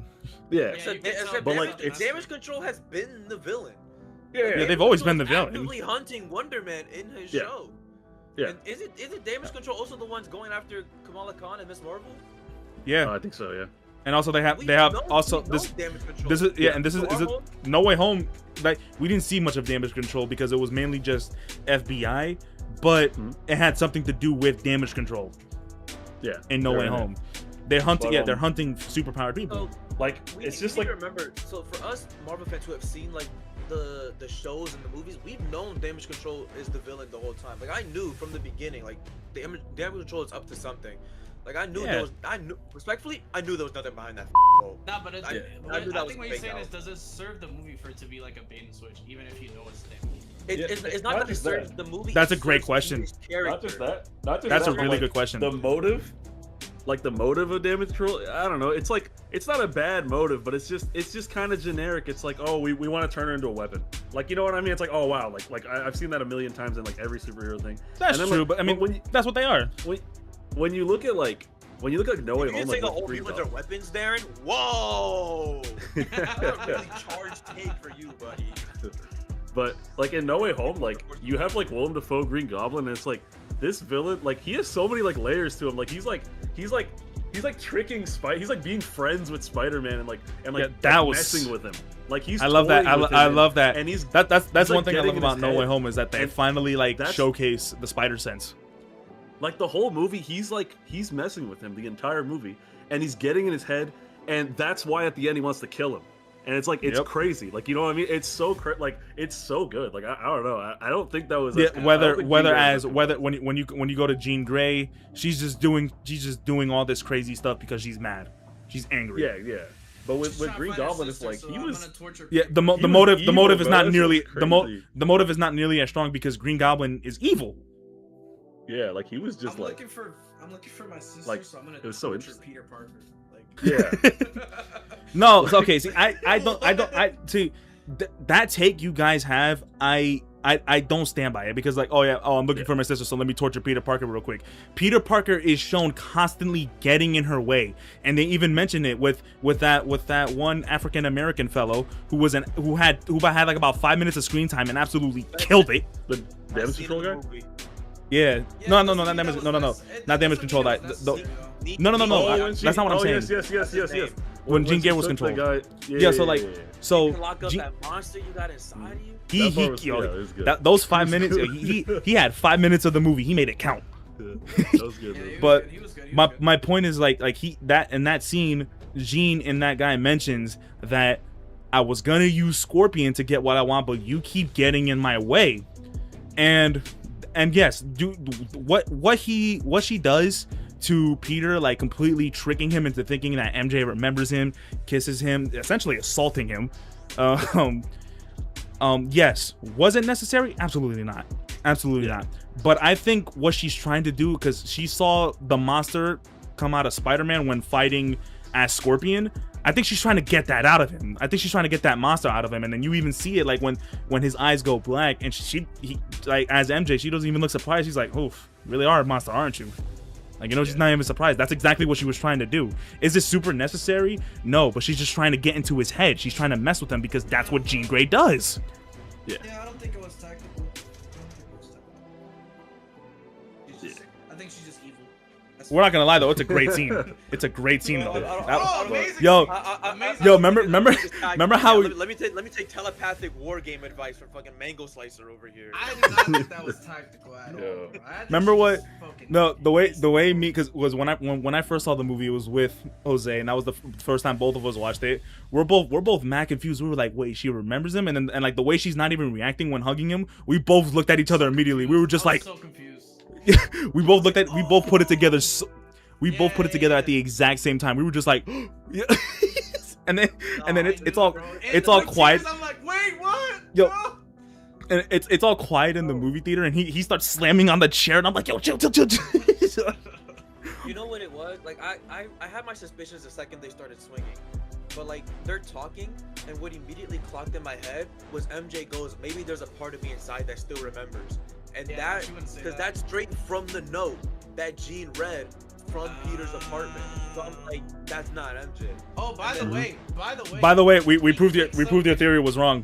We proved your theory was wrong about. Remember what you said about how MJ was like Jean Grey wasn't controlling MJ when they were in the apartment. Remember when you said that wasn't true. No, that's not true. That's not true. Because when they were describing like when MJ was describing that she doesn't remember being taken over, she was like, I was just I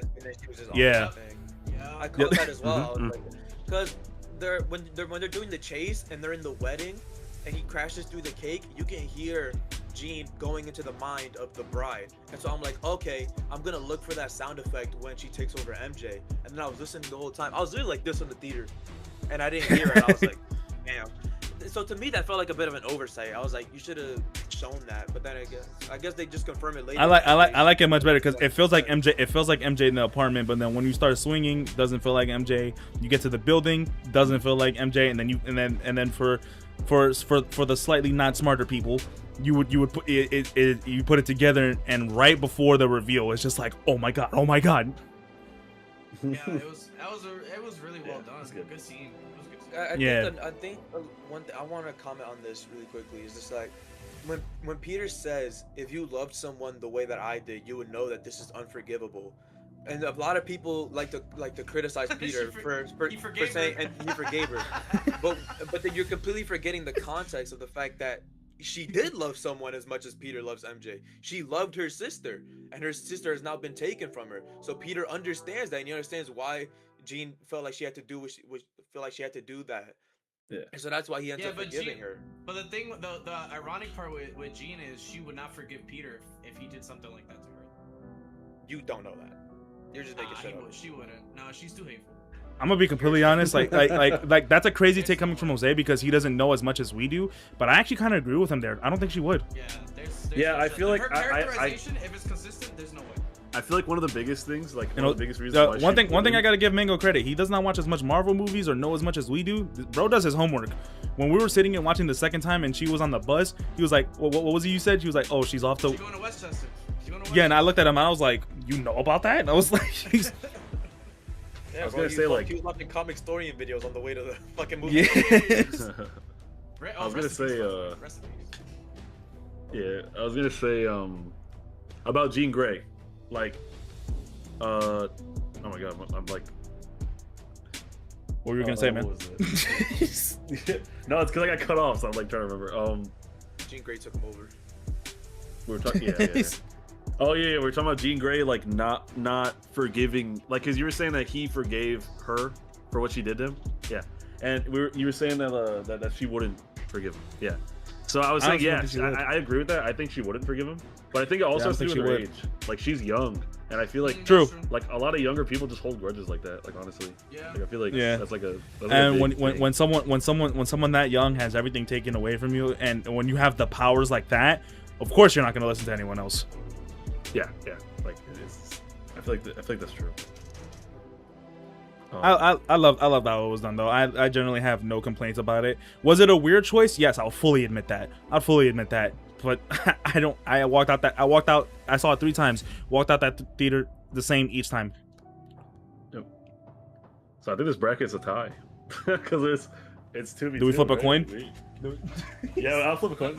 Yo, you got one? You have one? No, I can do one. We're gonna refer. I don't have one. IMDb. We're gonna refer to the IMDb rating. Call Jaden. Have him be the tiebreaker. Yeah, you know word. Anyways. Like quick phone call, Jaden. All right, coin flip. What is it? No Way Home or Brand New Day? No Way Home or Brand New Day. We both proven points. We both proven. We everyone here has proven points why they both deserve the top spot. So regardless of what wins, I'm happy. But I think the only way to decide is by a coin flip. This is just between us, by the way. Obviously, we're not. This is for the top spot. Yep, this is for title. I'm not gonna lie, Spider-Man 2 should have been good, bro. I was really going through it, man. It was a tough decision. Yeah. Blame Jose. I probably would have said Spider-Man 2 as well. Yeah, it's really good. I was generally having a hard time because, man, I love both of those movies so much. I don't think I gotta see like, if I like it more than Brand New Day. Like I feel like I can go either or. Like Spider-Man 2 and Brand New Day for me are right in the right there. Like there's I can't decide. I'm kind of glad Spider-Man 2 got knocked out though, because we get to do the comparison with No Way Home and Brand New Day, like the most recent movies. Yeah, that's true. And we got to talk about Brand New Day, saving a lot of time in the podcast. Yep.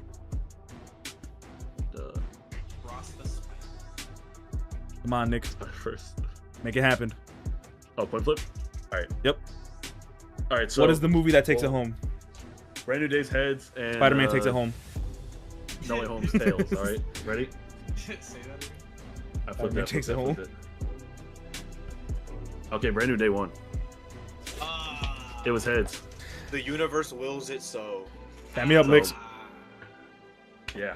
Coin flip. Unless you want to do best. Oh no, actually no. We got to do that fucking. Best of what three? that? Yeah, Best of three. Best of three. Yo, Best out of three. Best out of three. Best out of three. Imagine we do Nah, best it's three. over. Nah, Yeah, it's over. It's Brand New Day. Brand New Day. That's Fuck it. it. Fuck it.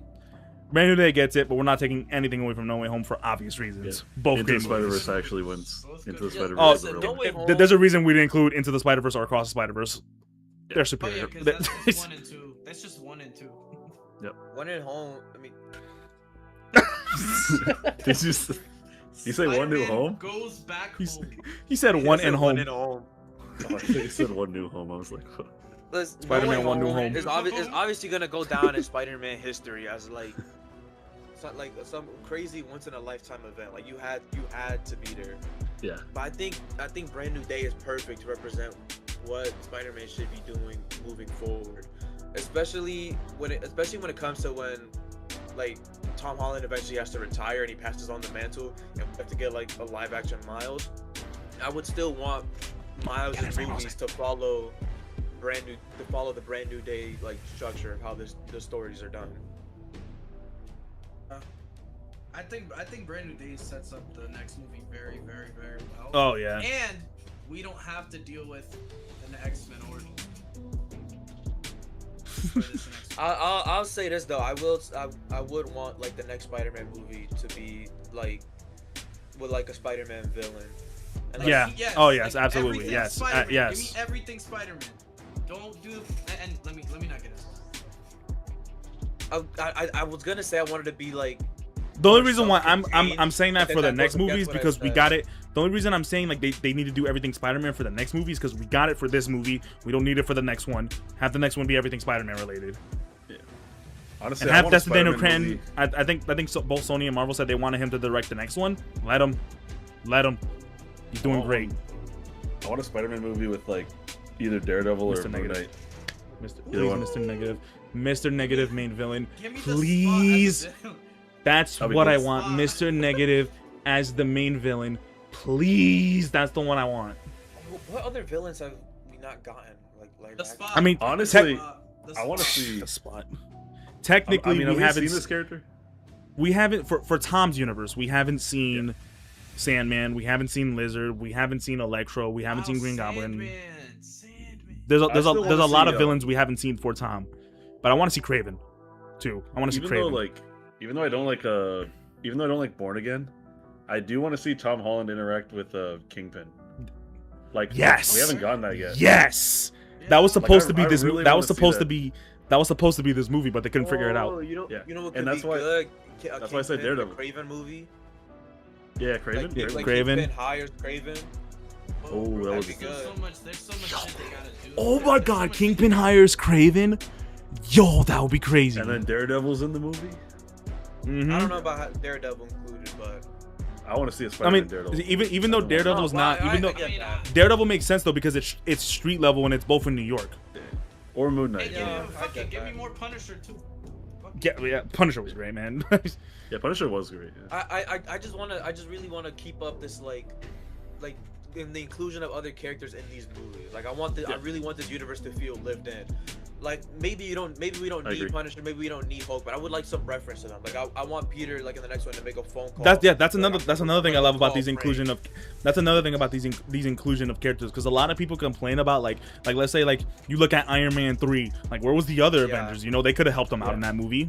Yeah, I mentioned You know, that they earlier. literally There's a- destroyed Tony's house and there's no mention of the other Avengers. So it's like this is like a good movie to kind of like balance that out. Like, you know, you get all these inclusions. Hell, Yelena's even in the movie. Like there's so much. Yeah, Elena was such a fun surprise. when the Home movies came out, like the Home trilogy, I remember there's people that are complaining about like Iron Man being in the movie and like Nick Fury and like all these other characters. Right? And it's like, dude, I want that. Like, I want that. 'cause, Yeah, like, I always wanted that as a kid. I always wanted other superheroes to be in. it the makes Spider-Man it makes it feel like a universe. movie. Yeah. Daredevil's the biggest one I've always wanted. Like I've always wanted. But yeah, to see him in I Spider-Man want movie. yes, I like going into this movie and going forward. Let's bring out the street element a bit more. Let's give a Spider-Man Daredevil team up movie, please, It would be please. insane. It would be insane. But Hulk was so cool. Yeah, Hulk. You know Hulk what's was, crazy though? We're probably not gonna get a Spider-Man and Daredevil team up because of friendly. There's a good Neighborhood chance we won't. Spider-Man. Yeah. Like they already did it there, and they're not gonna be like, oh, let's do it again. And then Not he's it wasn't also a team up. right. Well, we haven't seen a team up. They were actually fighting each other. Once season 2 comes out, they'll be working together. They're most likely to have a And team then, up. Obviously, he was in No Way Home, so I don't know. I feel like to me, they're not gonna like go that route. What do you mean Daredevil was in No Way Home? Matt Murdock was in No Way Home. I mean, yeah, because you know, Matt Murdock's blind. He could have possibly be Daredevil. Yeah, but we're approaching 2 hours here. We're an hour and 41 minutes. I think it's a good place to leave our reviews for the movie. Now, obviously, I think I already said it. I gave it a 10 out of 10. I love this movie. I have no problems with it at all. Loved every second of it. Every second. Generally didn't have any problems. I genuinely do still have some problems. Like I said earlier, like the disappearing of Bruce Banner. I have a couple of problems with like the transitions between set pieces and dialogue. I felt like they could have handled that a bit better. Yeah. But I think those problems are very minuscule for me, and in the grand scheme of things, the movie was still very much amazing. So I'm definitely giving it a 10 out of 10. I don't know how you can give a 10 out of 10 a movie you have problems with. I don't know how you do that. That's what I'm saying. That's my problem. See, with that's what I'm saying with Jose. Like those problems aren't enough to bring the movie down for me. Like if those that's for you. That's your personal preference. If those problems were fixed, then the movie would be an 11 out of 10. They would only add. Like those two small things aren't gonna bring the movie down. Yeah. That's basically a 10. What are we? Alright, whatever. Yo, Mango, what do you give it?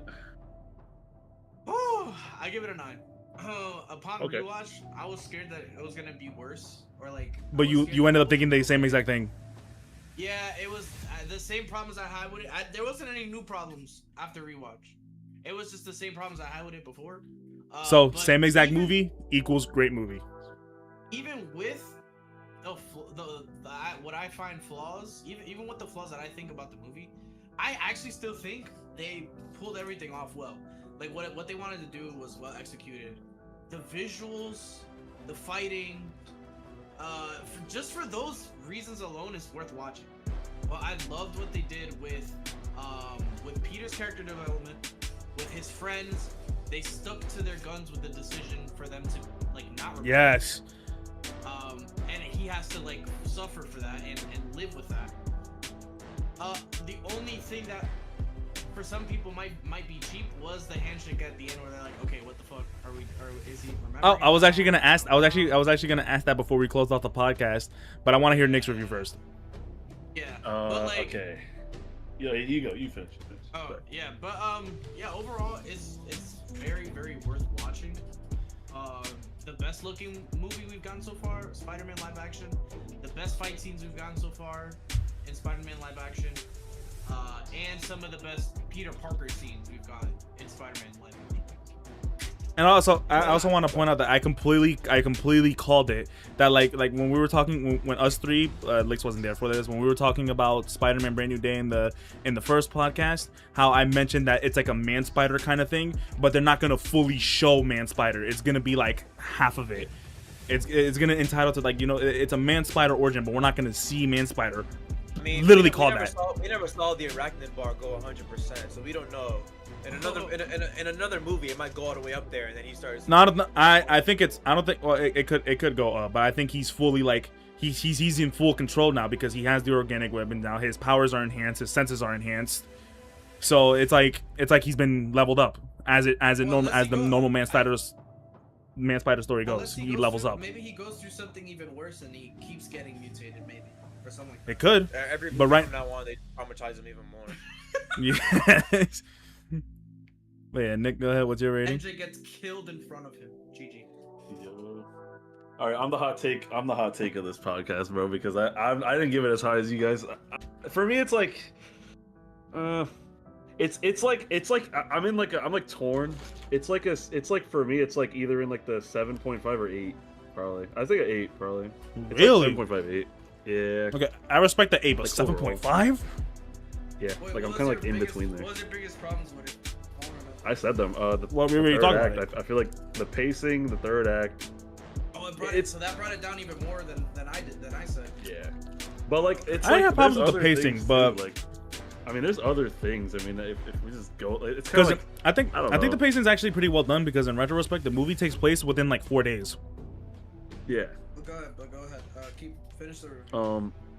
Like I said, my biggest problems was like the pacing, Jean Grey, like the villain in general, just damage control of Jean Grey. I thought it was kind of like I feel like Peter's arc was so good, like it was very very good. Peter had a Peter's great arc was great. but I feel like the villains don't match that. Like like I feel like Jean and damage control It's like you're shooting the aren't camera. as like I don't think like you're they're as shooting it. compelling as Peter's story. I feel like Peter's story is so much like I was so I honestly immersed don't into agree with Peter's it. story, and I got there. I and was it's like, I was it's not equally that immersed. It's My not that thing it is- was bad, like I said. It just wasn't as. No, good. I know It's what you just mean. like- Yeah, I understand you. I just don't agree with it. I get your complaints with damage control. Like, sure, they're just another Yeah. evil corporation wanting to experiment on powered people. But like saying that Jean's story isn't as interesting as Spider-Man's is kind of crazy when they literally mirror each other. They're literally going down. Well, That's what her- I said. same That's what I path. said. They Her parallel off story- each other. Okay. So her story parallels off of him, yes, because she's the antagonist. That's usually how it goes. Like antagonists usually have like a dynamic with the main character, right? But like with her, it's like it feels a bit shallow. Like there's not so much depth to her. Like it's like her sister died, and it's like, and I get it. There's like this with the screen time and stuff, right? Like I get it, but it's They like, did her it's a bit sister's shallow. her sister's story is completely different too. That's not at all what her powers is in the comics. Yeah, exactly. And like, but that's not even like my complaint. But it's that, like, I don't have an I issue just- with that though because Sarah Gray was never Yeah. important. So I just feel like her story is. I feel like she's doesn't have that much like that many layers to her. Like I feel like it's very shallow and like I was when we were talking about No Way Home, like something like Green Goblin, like I was talking about, like that character has layers. There's like levels to that villain, and it's like with Is there? Jean Grey, yeah, Yeah. there yes, actually is, yeah. yeah. But also, I mean, you could argue that's supported by Spider-Man 1, but like even in No Way Home, like he does some shit, dude. He's pretty crazy. Like I don't know. Because I was gonna- what's stopping me from just saying that Green Goblin's just a crazy evil guy with nothing behind him? No. By Spider-Man 1, Norman Osborn is maybe he's a bit of an egotistical CEO. Then he takes his own gas, and now he's just a crazy alternate personality. That's all he is. Well, no, it's a Jekyll. Green Goblin. It's a Green Jekyll Goblin's Hyde, Green Goblin in No Way Home. He's playing God because now he's in a whole other universe now where nothing limits him the same way they limited him in the Sam Raimi universe.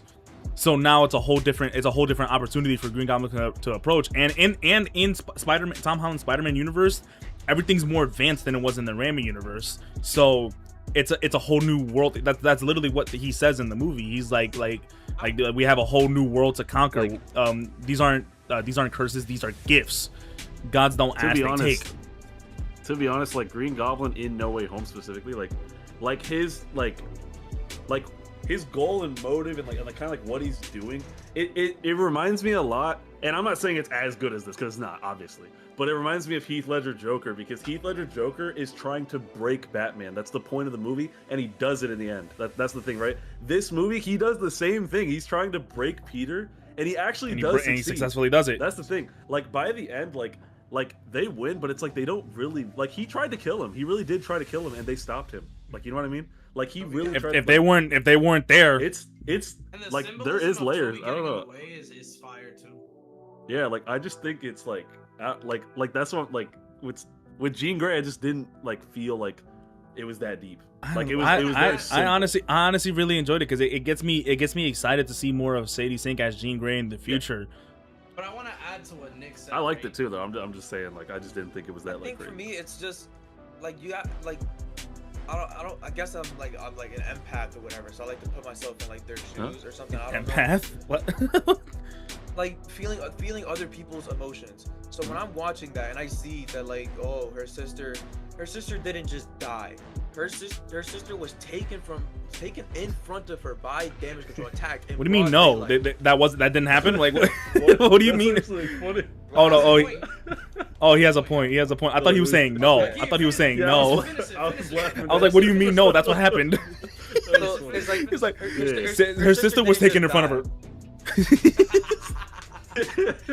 So like her sister didn't just die. She was kidnapped and taken in broad daylight. Her sister uses her powers to send Jean away. And we don't know how long between like her being taken and then the attacks start happening. We just don't know. At least a couple of months, because that's what Billy Metzger says. I don't remember his name. That's what Tramil Truman said. The guy from Severance, man. That's what he says. He says me and Sarah built this over a couple of months. And so she's going on this rampage trying to find VMAX, and she thinks, oh, VMAX is this super important thing because my sister sent it to me telepathically. And so she's spending the whole movie searching for this thing. She's goal oriented. She's dead set, and she's stopping Spider-Man because like that's familial love. Like if that happened to my sister, I understand that. That happened to my mom, I would do the same thing. Man, you always talk shit about your sister. What you mean? Listen, my sister does suck. Unfortunately, I would. That's familiar. No, I was sister joking. is the absolute worst person in the world. All right. So it's like we're getting closer and closer to the climax of the movie. Because remember, Jean, she doesn't even get we don't even see her face until the second half of Act 2. Yeah. And so now that Peter's arc is coming to its absolute climax, we're hitting the absolute peak of his like character arc. We need to take that time to introduce and set up Jean, and I feel like they do it in such an interesting way because they've been doing it this whole time. They've been doing it in the background with VMAX. And so when he's sitting there and he's going, I genuinely don't know what the hell VMAX is. You're sitting there confused because it's like, whoa. And then he starts talking about, oh, don't let Sarah's sacrifice be in vain. And it's like, oh, like we understand now that she's dead. And it's like she could have died any number of ways. Maybe like she tried to escape and she got killed, whatever. Or tortured, who knows? It's like Jean is now sitting there thinking, all this time I was trying to save her and she was dead. Ever since when she died, she sent me that message, and I've been trying to save her this whole time thinking. And then she's in that room. She's okay. He's acting it out. Holy is Sadie Sink? What the What a performance. Yeah. And then she's looking up at the vent, and the vent is VMAX, and that's such a heartbreaking revelation. Like her sister's brain was so fried that the last thing she could send out as a message to Jean was a fucking label. Yep. Like that's just so profoundly devastating. And then you have to take into account that motherfucker's on the other side of the glass going, "You're doing a great job. Keep it up."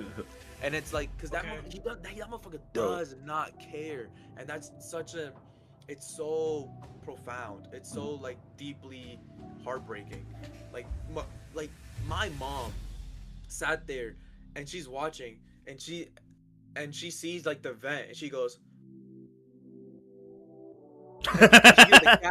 You could hear the gasp from the first and the second time I watched that movie. You could hear that gasp throughout the theater of just how like devastating that of a reveal that is.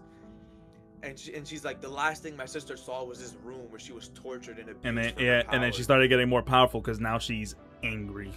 She is she's pissed. Yeah, literally. Yeah, she's ulting. Yeah. And it's like, what's the point? What's your point? Like that arc is so incredible because like she's been isolated. Maybe y'all just don't feel the way we felt about it, but like seeing that. She's been clearly you don't, because you. I mean, at least not to our standards. I liked it. It's not that I didn't like the arc. I thought they pulled that. That was a good scene. Just that I thought there was stronger Spider-Man villains in other movies. No, and look, and I was like gonna I was gonna add to what Nick says, because he said it was like it felt a little shallow. I agree because of the way she acted before, right? Mm-hmm. Where she was straight up evil as fuck. She didn't even know that her sister was dead. She didn't know that yet. She was already acting out. Like she was acting Yeah, like but a they- evil because her bitch. sister They're a villainous is- company. Her sister was kidnapped in front of her, Bro. and she thinks her sister is out being tortured right now. Bro, You're not- bro. if- Well, if she you- doesn't no, know no, that. no, no. Either way. What do you mean she doesn't know that? She doesn't saw know guys. what. She has no idea about her sister. She has no idea. What do you mean she has no idea? She What do doesn't you know think where she is. She doesn't know she's being tortured or not. Yeah, but she. Yes, she does. They literally she knows. they literally tranquilized her and stole her. Okay. What do you mean? Tranquilize her She soul has and no great idea. light. She can Don't- assume don't that, let but she it doesn't run. know that for sure. You know what I find really funny about Jose, are you serious? No, for real. If your sister, if I'm the saying entire she's still fucking- being evil. if the entire What do you? fucking What do you? police force What do you? took So your yeah, sister, if they if took your her sibling away if your from you, sibling not that literally your sister's being tortured. yeah like what? No If you're matter what, she's still acting out. She's still acting evil, though. No matter what. And it's justified because she's looking No, it's for not her sister justified. being tortured. That's not justified. You're not murdering Yeah. random civilians in New York City He because didn't your die. sister's He gone. did not die. Yes, he Yes, did. he Listen. did. Yes, he Oh did. my Yo, God. I'm not gonna lie. That Yes, guy he walked up and did. got I'm her. not gonna lie. Like she did endanger like a ton of people. Like That's what I'm saying. like she She killing people. blew up the building, bro. No, she All right, was chill with the f bombs. Chill with the Jesus f bombs. Christ. Chill with the f bombs, please. I don't want to edit this There was much. a bomb in the tank. Look at how many She f bombs did- we she got, was- guys. Chill. Look. Guess what? She The building being was evacuated both sadistic. times. Bro, The she building started was flying a evacuated. How would helicopter. she know that bro. was gonna She happen? started How would flying a she know? Because helicopter. Spider-Man was there. No. That's you can't be so sure, bro. You cannot be so No. sure. Okay. It's just She common obviously sense. didn't care. No, She no, could no, no. Listen, it's just common sense. You crash a car you crash a car that big into a building like the damage control, they're gonna evacuate. Oh Okay. my God. Okay. That's Okay. not common sense. There's some casualties. Okay. There's a couple did you say- casualties. Yes. You're saying Hold that up. She was Pa- completely pause. sure that nobody would die putting a bomb in a tank. Peter did also that. They're fighting. says in the They're end- fighting. Peter literally also says you're not a killer. Oh my God! Yes, she is. Yes, she is. Yes, she is. Yes, she Peter is. doesn't know shit, bro. He I doesn't think she know killed. Okay. Pause. Now, listen. I there's two things I have to talk about both of you. Number one, Licks. She's 100% a killer. Number two, Jose. Yes, I fully agree with why that doesn't resonate with you, but this is the reason why it resonates with me. She is on the wait. Hold up. Go ahead. She is on the belief. Well, not that it doesn't resonate with you, but why you like have a problem with it? I think it cheapens the resolution. That's what I Yeah. think. Okay. Because of how evil she acted. Yes. Yes, the reason in my eyes why she's acting out like that is because not only is she a loner, one of the biggest themes to why she's a loner is because she's different. So it's like a Magneto a Magneto way of thinking. She doesn't care about the humans. She just cares about getting her sister back and their collateral damage. She don't care. She doesn't care. Magneto literally wants to kill. Yes, I fully agree with you there. But Magneto is literally a villain who wants to wipe humans from existence. He believes mutant kind is the next step of human evolution. So it's kind of like that. It's kind of like that brainwave. Like if Magneto were to get to Jean Grey before Professor X, Jean Grey would 100% join Magneto, 100%. And I love the Hell, scene if- too. if- I thought if- that was one of the best. That was parts really of the good. movie. That was really good. And hell, like if I was a mutant and Magneto gone to me first, I would join him too. Bro's convincing. Bro. But also, yeah, I mean, the humans are like half of the mutants, so like Exactly. You know, like you can see why he thinks that. Like it's like it.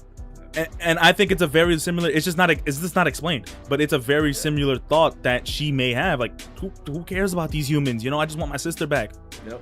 You know what I found really funny about it, and this has like nothing. This is not even like to like this is not a negative. I just think it's funny. Like I like how they get the Stranger Things like actor to play like the Stranger Things like character. You know what I mean, right? Oh yeah. Like- yeah. Like she has like telepathy and all that and the mind Well- control and like when we watch- VMAX stands for Vecna. Vecnamax. and her name was Max. yeah. Like Yeah, every time, Like it's so every time, Stranger Things. every time we heard VMAX on the second watch, he just kept looking at me, and I was like, "Stop looking at me, bro." Bro, it was I saw someone say that in 20 minutes, fucking Max was able to fucking get her powers while it took 5 seasons and she was still getting nosebleeds. Oh my god, that's funny. And yes, we just argued for 2 hours straight. Let's go, bro. That was a crazy way to end it. Y'all started going at each other. Peter has crazy riz, bro. Talking about you have me. Yeah, but then what happened after that? As soon as Soon as MJ forgot about him, bro started moving different. I'm so I understand you love MJ, You know Peter, but Parker and redheads, bro. you would. You know Peter I Parker understand. and redheads. I understand, Peter. You love MJ. You was in Yelena's office, bro. Like, like, He said, "Take off your." Bro, that- they would have been off. bro. Bro, you know, like, I don't know if you guys like Bro. noticed, like, Don't do it Bro, sitting again. there in the Don't house do was it like- again.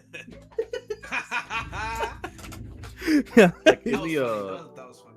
in the That shit was the so pool funny. scene with the what was a pool, right? Yeah. A hot Yeah. tub, I guess. A hot Well, tub, was a whatever hot the tub, hell. right? Yeah. I thought it was so funny that like he had only his mask on and then his body like and like his mask was still CGI and like it was like so weird.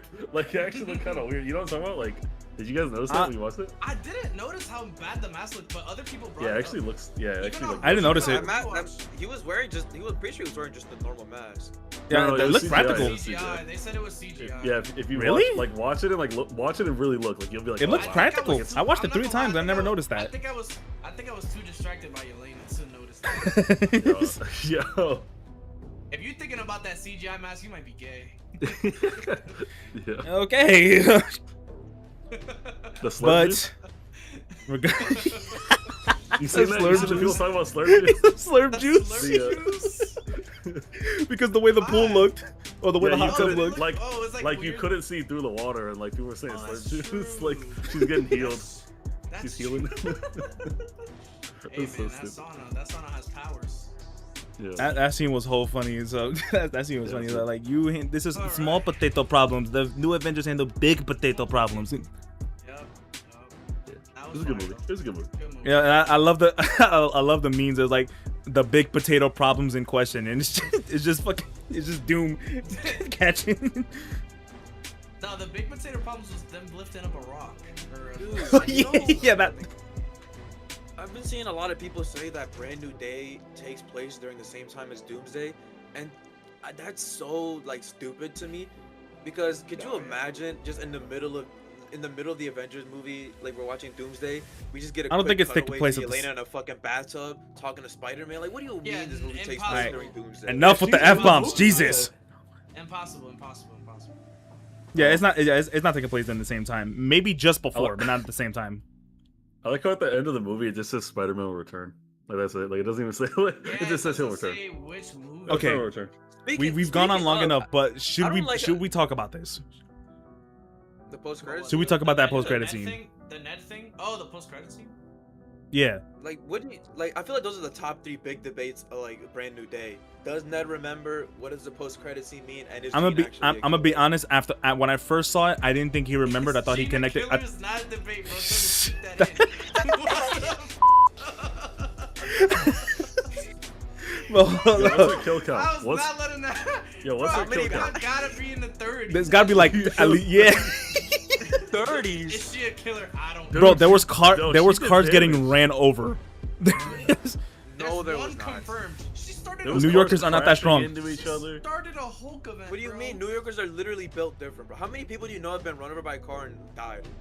Alright. A lot of people. That car I- was going fast. I promise you, the number of people that live is a lot more than the number of people that die. That car was going fast. Like we're in a Marvel universe. Exactly. So these Easy guys, shit. it's like anime. They have naturally built-in like better muscle fibers. They're just naturally more durable. Just because so much happens in New York doesn't mean a random civilian's gonna survive a car driving at like 60 miles per hour. No, she was driving a tank through the city, driving into Yeah, that everything. too. And like that was no, she was definitely killing people. Somebody died. At least Someone, 3 people a died. lot of people died. A lot of people At least, died. like, it's like that scene in Tasm where the fucking truck just fucking plows through like. Oh yeah, yeah. car. Remember? Like, Yeah, they are they're dead. dead. Yeah. They are If the dead. movie doesn't Remember- tell you remember- that people remember die, when I was then showing that assume scene in people CJ don't die. Remember when I was showing that scene in CJ's and CJ's Discord, and I was like, "Look, there's people dying here." Like, yo, they are dead. They died. If Nah, they they're wanted, dead for if sure. they wanted to make Jean a killer and really bring in that conversation, they would have explicitly showed us that guy fucking died. Yeah, but Just she's so a wait, are you she's saying a she's killer not a though. killer? Are you saying She's a she's not a killer. Peter doesn't that what even he's check saying? on him. He just Yeah, he he's just saying- swings away. He's You're saying that she he's didn't saying get a she's single not- body that whole movie. Yeah, Nope. no shot. You're crazy. Yo, No way yo, that's true. he's watching with his eyes. He is not watching, There's bro. no way that's true. There's no You know, like, shot. yo. Who did He she? said- She might have caused a He is bit not of bodily watching. harm. to a His number of argument New was Yorkers. New Yorkers are built different, bro. So Listen, listen. I'm not No, denying the man. fact that she caused a bit of bodily Nah. harm to a number of New Yorkers, Nah, but nah, I don't nah, think nah. Bodily she killed harm? She Nah. drove a tank into like multiple Tank- vehicles. Yeah, no, They are dude. dead. They got They're crushed. gone. They have Moving airbags? on. Moving on. They got The movie didn't tell us that people died. Then people Yo. didn't die. Bro, Yeah. Peter tapped the police car with Scorpion, and she almost died. So Yeah. imagine what that tank- Almost. That's true. Almost That's tank- true. That's okay, a good imagine point. what that tank did. Peter Yo, stronger that to tank- Peter that is tank- stronger to the tank. So if we're going by scaling, Oh then my- that means Peter's tank level, Oh, Dude. and that means Jean is not. yeah, all right. Yo. And If he she, didn't if she even go for survived the being head. attacked by Scorpion and Peter was being thrown by Scorpion, that means people can survive being crushed by a tank. No. That's how scaling works. Bro, she got in a helicopter. She got that guy in a helicopter and then like swapped at it. Like, imagine if Peter didn't web that up, bro. What would have happened? He would have caught the guy. I don't know, man. No, I'm saying like, imagine if Peter wasn't there, bro. Like, what would happen to the helicopter? She was being too reckless. She was She definitely. She would did have not flown care the if he was helicopter to its intended location and then left. dead. She's a killer. Wasn't there? Me and Lix's argument about Jean is so completely different because I fully admit to her being a killer, and he's like, nah. He's just No, she like, didn't. Because then it doesn't work. It doesn't work as well. That's what I'm saying. no, it doesn't. It doesn't work as well. It still works. It works, but It not as works. well. No, it works regardless. Listen, I just said that. Just not as well. It doesn't That's- land as much because she's a killer. I would kill people for my sister. If you're saying you But wouldn't she's kill not people doing for it Did your for you her just did you sister. just Her openly sister- admit that on the Bro, podcast? How does Her that sister's how does gone. that help her find her sister? Like, bro, dead. throwing that man into traffic did not help her find her sister. You cannot convince me that. You cannot. He's- you can see him realize it. Yeah. No Sometimes part of that. sometimes you just need to No, blow up no. the scene.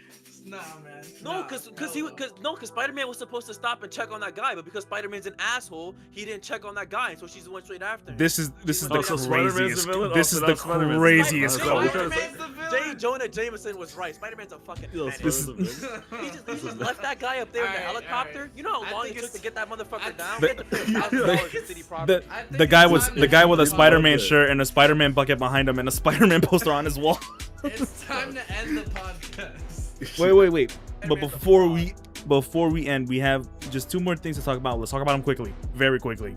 Now, the ending. There's a huge debate on whether Ned either remembers if that Peter Parker, that he remembers Peter Parker as his friend, or he connected the dots that Peter Parker was Spider-Man. Now, on first watch, I thought he connected the dots. I didn't think he fully remembered. But after watching it twice, it does genuinely look like he remembers Peter. And here's my theory as to why. So in the scene where there's a big technical telepathy surge over a good majority of New York, there's a scene in the apartment where both Ned and MJ are paralyzed because of the surge, and you can see them like crying, right? And this is a fan theory, so it's not something that would be confirmed from the movie itself. This is something I came up with myself. Lix knows this. I don't know if Nick has ever seen The Flash or watched fully, but there's this part in season 3 of The Flash where they intentionally try to make Barry lose some of his memories, and they accidentally wiped his memories completely. And the way they brought it back was by unlocking it in his, it's like unlocking something in his brain. However, it's his job to fully memorize. It's like the way they describe it in the show. It's like you fueled up the car, now you got to turn on the ignition key. And I think that's kind of what happened. And Jean is known to unlocking a few memories. In fact, in X-Men Apocalypse, they even showcase that Jean is able to unlock memories when she unlocked a few memories in Wolverine. Now, I'm not saying she did it intentionally, and I'm not even fully 100% on this theory. But point being, based on Ned's reaction at the end of the movie, it doesn't feel like he connected the dots. It feels like he remembers his best friend. I honestly do think he remembers Peter. I am of the same line of thinking that Ned remembers Peter as his friend, but not because of Jean. For me, It's like a more- 50-50 thing. For me, I Also, you Ned don't is have to magic. Remember, Ned is magic. Yeah. You remember that Ned is magic, and like the muscle memory thing. It just feels like for me, he's like he's just remembering. Like that's just something that locked in, and like that handshake was the thing that unlocked those memories. The most possible the possible explanation is just like the fact that Ned is magic, that he's able to unlock that in his mind. But that's my personal theory, and I'm not even 100% on it.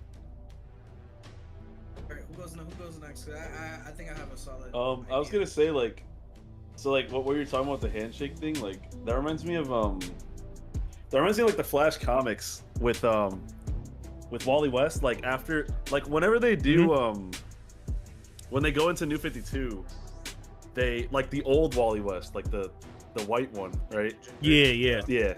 Like he escapes the retcon. It's like so fun. It's so ridiculous. It's ridiculous. He escapes the retcon, and like Barry doesn't remember him. But when Barry, I think it's when he shakes his hand, or when he when he touches him, the memories come back, and he's like, oh my god, Barry. And it's like that reminds me of that, like with the handshake. Like how like maybe I don't know.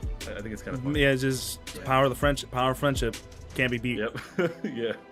So, I think I'm Rose on before Rose. on the first watch. I genuinely just thought he was connecting Peter being Spider-Man, right? That's what it felt like at first watch, for me. Yeah, because when MJ says, "Oh, Peter," and he goes, "Oh, Spider-Man's name is Peter," whatever, and but then I watched it again, and first of all, that wouldn't make sense for him to remember him after a handshake or connect those dots just because of a handshake, right? Because what relation does he have to Spider-Man? He doesn't remember having any relation. Yeah, exactly. Yes, exactly. Yeah. So the reason why I think, well, also watching it, the way he reacts, it sounds like he's remembering Peter. It doesn't sound like he's remembering.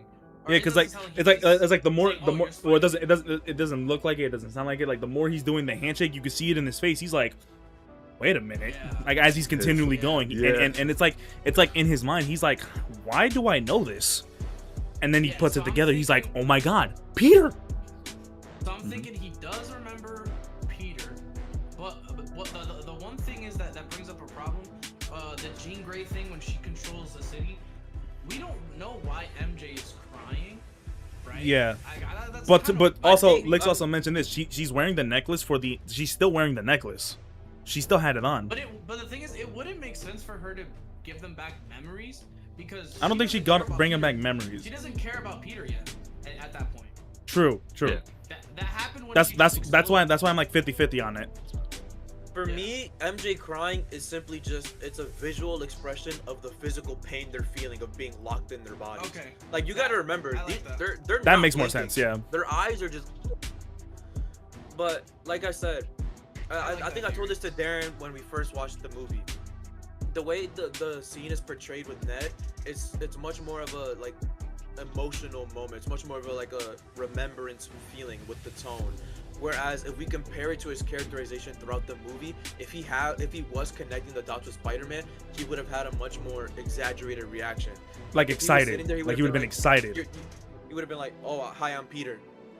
Spider-Man's name is Peter. Like he would have done like maybe not something like that exaggerated, but something like that. Yeah. But Or instead, we get, something like, similar that to drawn something out- similar to Spider-Man Homecoming, where he was just absolutely baffled when he found out who Spider-Man really was. Yeah. Something familiar. It does look like he's. Yeah, realizing instead we something get like that familiar. long drawn out handshake, and then we get like that look in his eyes of like, this is my best friend. Like maybe he doesn't remember Yeah. everything, but like he remembers like Peter's his best friend, and needs to slowly unlock those memories through his And magic.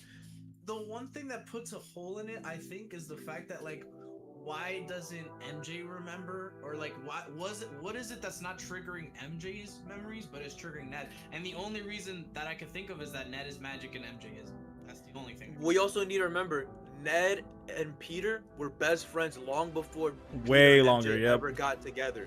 And Long also before Peter in- was It's like a Spider-Man. harder connection. It's And a harder in- connection to get rid of. And in Yes. those 4 years, Ned was the one who went out of his way to build a Spidey Tracker app and try to unmask Peter. Whereas when we see MJ, she only ever just shows mild interest in the board. She's I not guess that's that fair interested enough. in it. That's fair enough. That's fair enough, yeah. But speaking of I think we can all come to the revelation that he remembers. He remembers. I just Now- can't wait for the next movie. How they're Yeah. gonna I hope it's not 5 years. But oh, man. speaking of the tracker, this is the last thing I want to talk about, and this is the post-credit scene of the movie, where the tracker is trying to find Spider-Man and it doesn't know the location and it moves away from Earth into somewhere in outer space. Now, seems pretty simple, right? Oh, Spider-Man, some incursion probably happened, the world probably got destroyed, and Spider-Man someone else. But I noticed something on my second watch of this. The screen glitches when it moves. And only time stuff glitches like that is when it's multiverse related. Spider-Verse. So what, like, I'm not saying this is going to another multiverse. I'm saying, what if that's like what if like that specific tracker, the POV of the tracker, is taking place during the events of Doomsday, and let's say per se another Spider-Man just so happened to enter the 616 universe and is tracking another Spider-Man. It's a hot take, but the screen glitches is like, that's throwing me off a bit. The end credit, it's as simple as this. It's a funny out of universe explanation to tell us that the next time we see Spider-Man, he's gonna be in outer space on Battle World. Yes. The glitch is just a funny way of like, we still can't find him, but guess what? Our sensors recalibrated and we find him in space. That's all it is. It's not. What's Miles, it's just him. What's funny about it though is that they're probably never gonna explain it, and if they never explain it, then it's just Peter being outer space or somewhere in the multiverse. Because Secret Wars takes place on Battle World, doesn't it? Well, we're not 100% sure, but doesn't so like when it shows the after credits, when it shows the tracker, doesn't it show like Peter? Like it shows the dot of where he is, and then like when it shows the other dot, it's a different dot. Like there's two Spider-Men. It's the same logo. It's the same logo.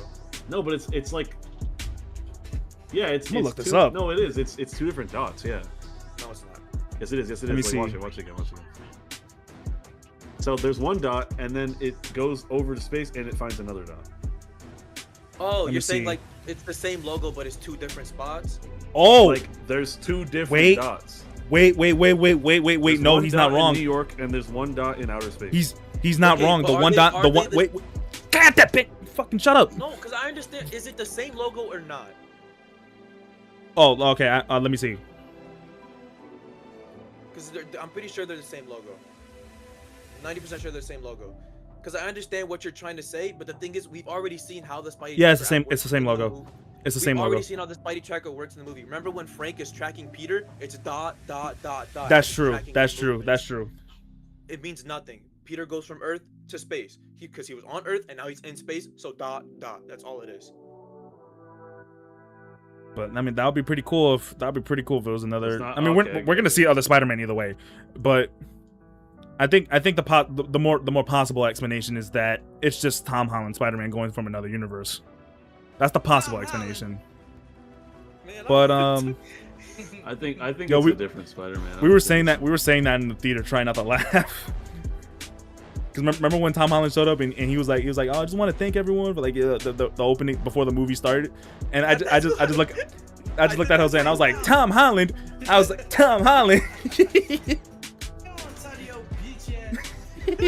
same shit in my theater. This has been. This is I thought that Doomsday was going to be our longest podcast, but that's proven to be wrong by how we're almost 2.5 hours into this. Doomsday is going to be like 40 minutes, bro. Not with the F-bombs. My God. This is a family-friendly channel. Family friendly. I'm sorry. But this has been our Spider-Man brand new day Spider-Man all around podcast. We did a bracket on all live action Spider-Man movies. We talked about each movie thoroughly, and we gave our review on the latest Spider-Man movie. Regardless of what you may think, to our takes, to what we believe in, we all unanimously agree that this is a great movie. This is a great movie, and Jose is muted. Yes. He's dealing with something right now, but it's a great movie. It's an excellent step in a new direction. I'm excited to see this brave new world that they're gonna show us, and I'm safe to say that it's a brand new. I hate that movie. But this was a good movie. This was a long podcast. So I'm sorry if you sat through that entire thing, but if you did, leave a like and comment down below. I don't know why you did, but thankfully there's chapters to where you can only see what you want to see into this video. Where But this has been. It's gonna, the chapters are gonna be like hour and a half, fucking random bullshit, and then hour and a half to 2 hours, the actual fucking movie review. Yeah. And there are more F-bombs. Y'all are just, I need to end this soon because y'all don't know how to stop. But Hey, that was this my only one. has no, for real, stop, bro. Editing this is not easy. I didn't say it. I didn't say it. This one I said said that it, was not my- you. I said that was my only one. I didn't say it. No. I literally heard you and saw you say it. What are you LARPing about? I said fuck. I mean, That's not the F word. All right. Come on, wrap it up. Anyways, guys, this is the Nerd House podcast. I've Thanks to been Licks, Go thanks put to me Mango Slicer, thanks to Nick, Licks, and Mango Slicer for joining us on this podcast. I promise the next one will not nearly be as long as this one. But I knew that this one needed to be long because we had a lot to say. Yeah, I don't know when the next one will be done. You could be looking forward to regular ETC videos in the future. However, the next one, I don't know when we'll do that one. That's probably either going to be Lanterns. Yeah, it's probably going to be for Lanterns. Yeah, Lanterns, you're right. It's probably going to be for Lanterns, but that's not for like another, that's not to like the end of the show. So Yeah. I mean, we So can that's gonna gonna do be- every episode. Every we could- episode's kind of too much. I think we do halfway point and then the end of the show. yeah, halfway point and the end of the show, yeah. Every episode, yeah, that would be crazy. Every episode would be crazy. But this has been the Spider-Man Brand New Day review podcast plus more. Thanks to everyone for showing up. If you have not, click the like button down below, subscribe if you are not, and leave it at that. I can't put the mask on. Spider-Man out.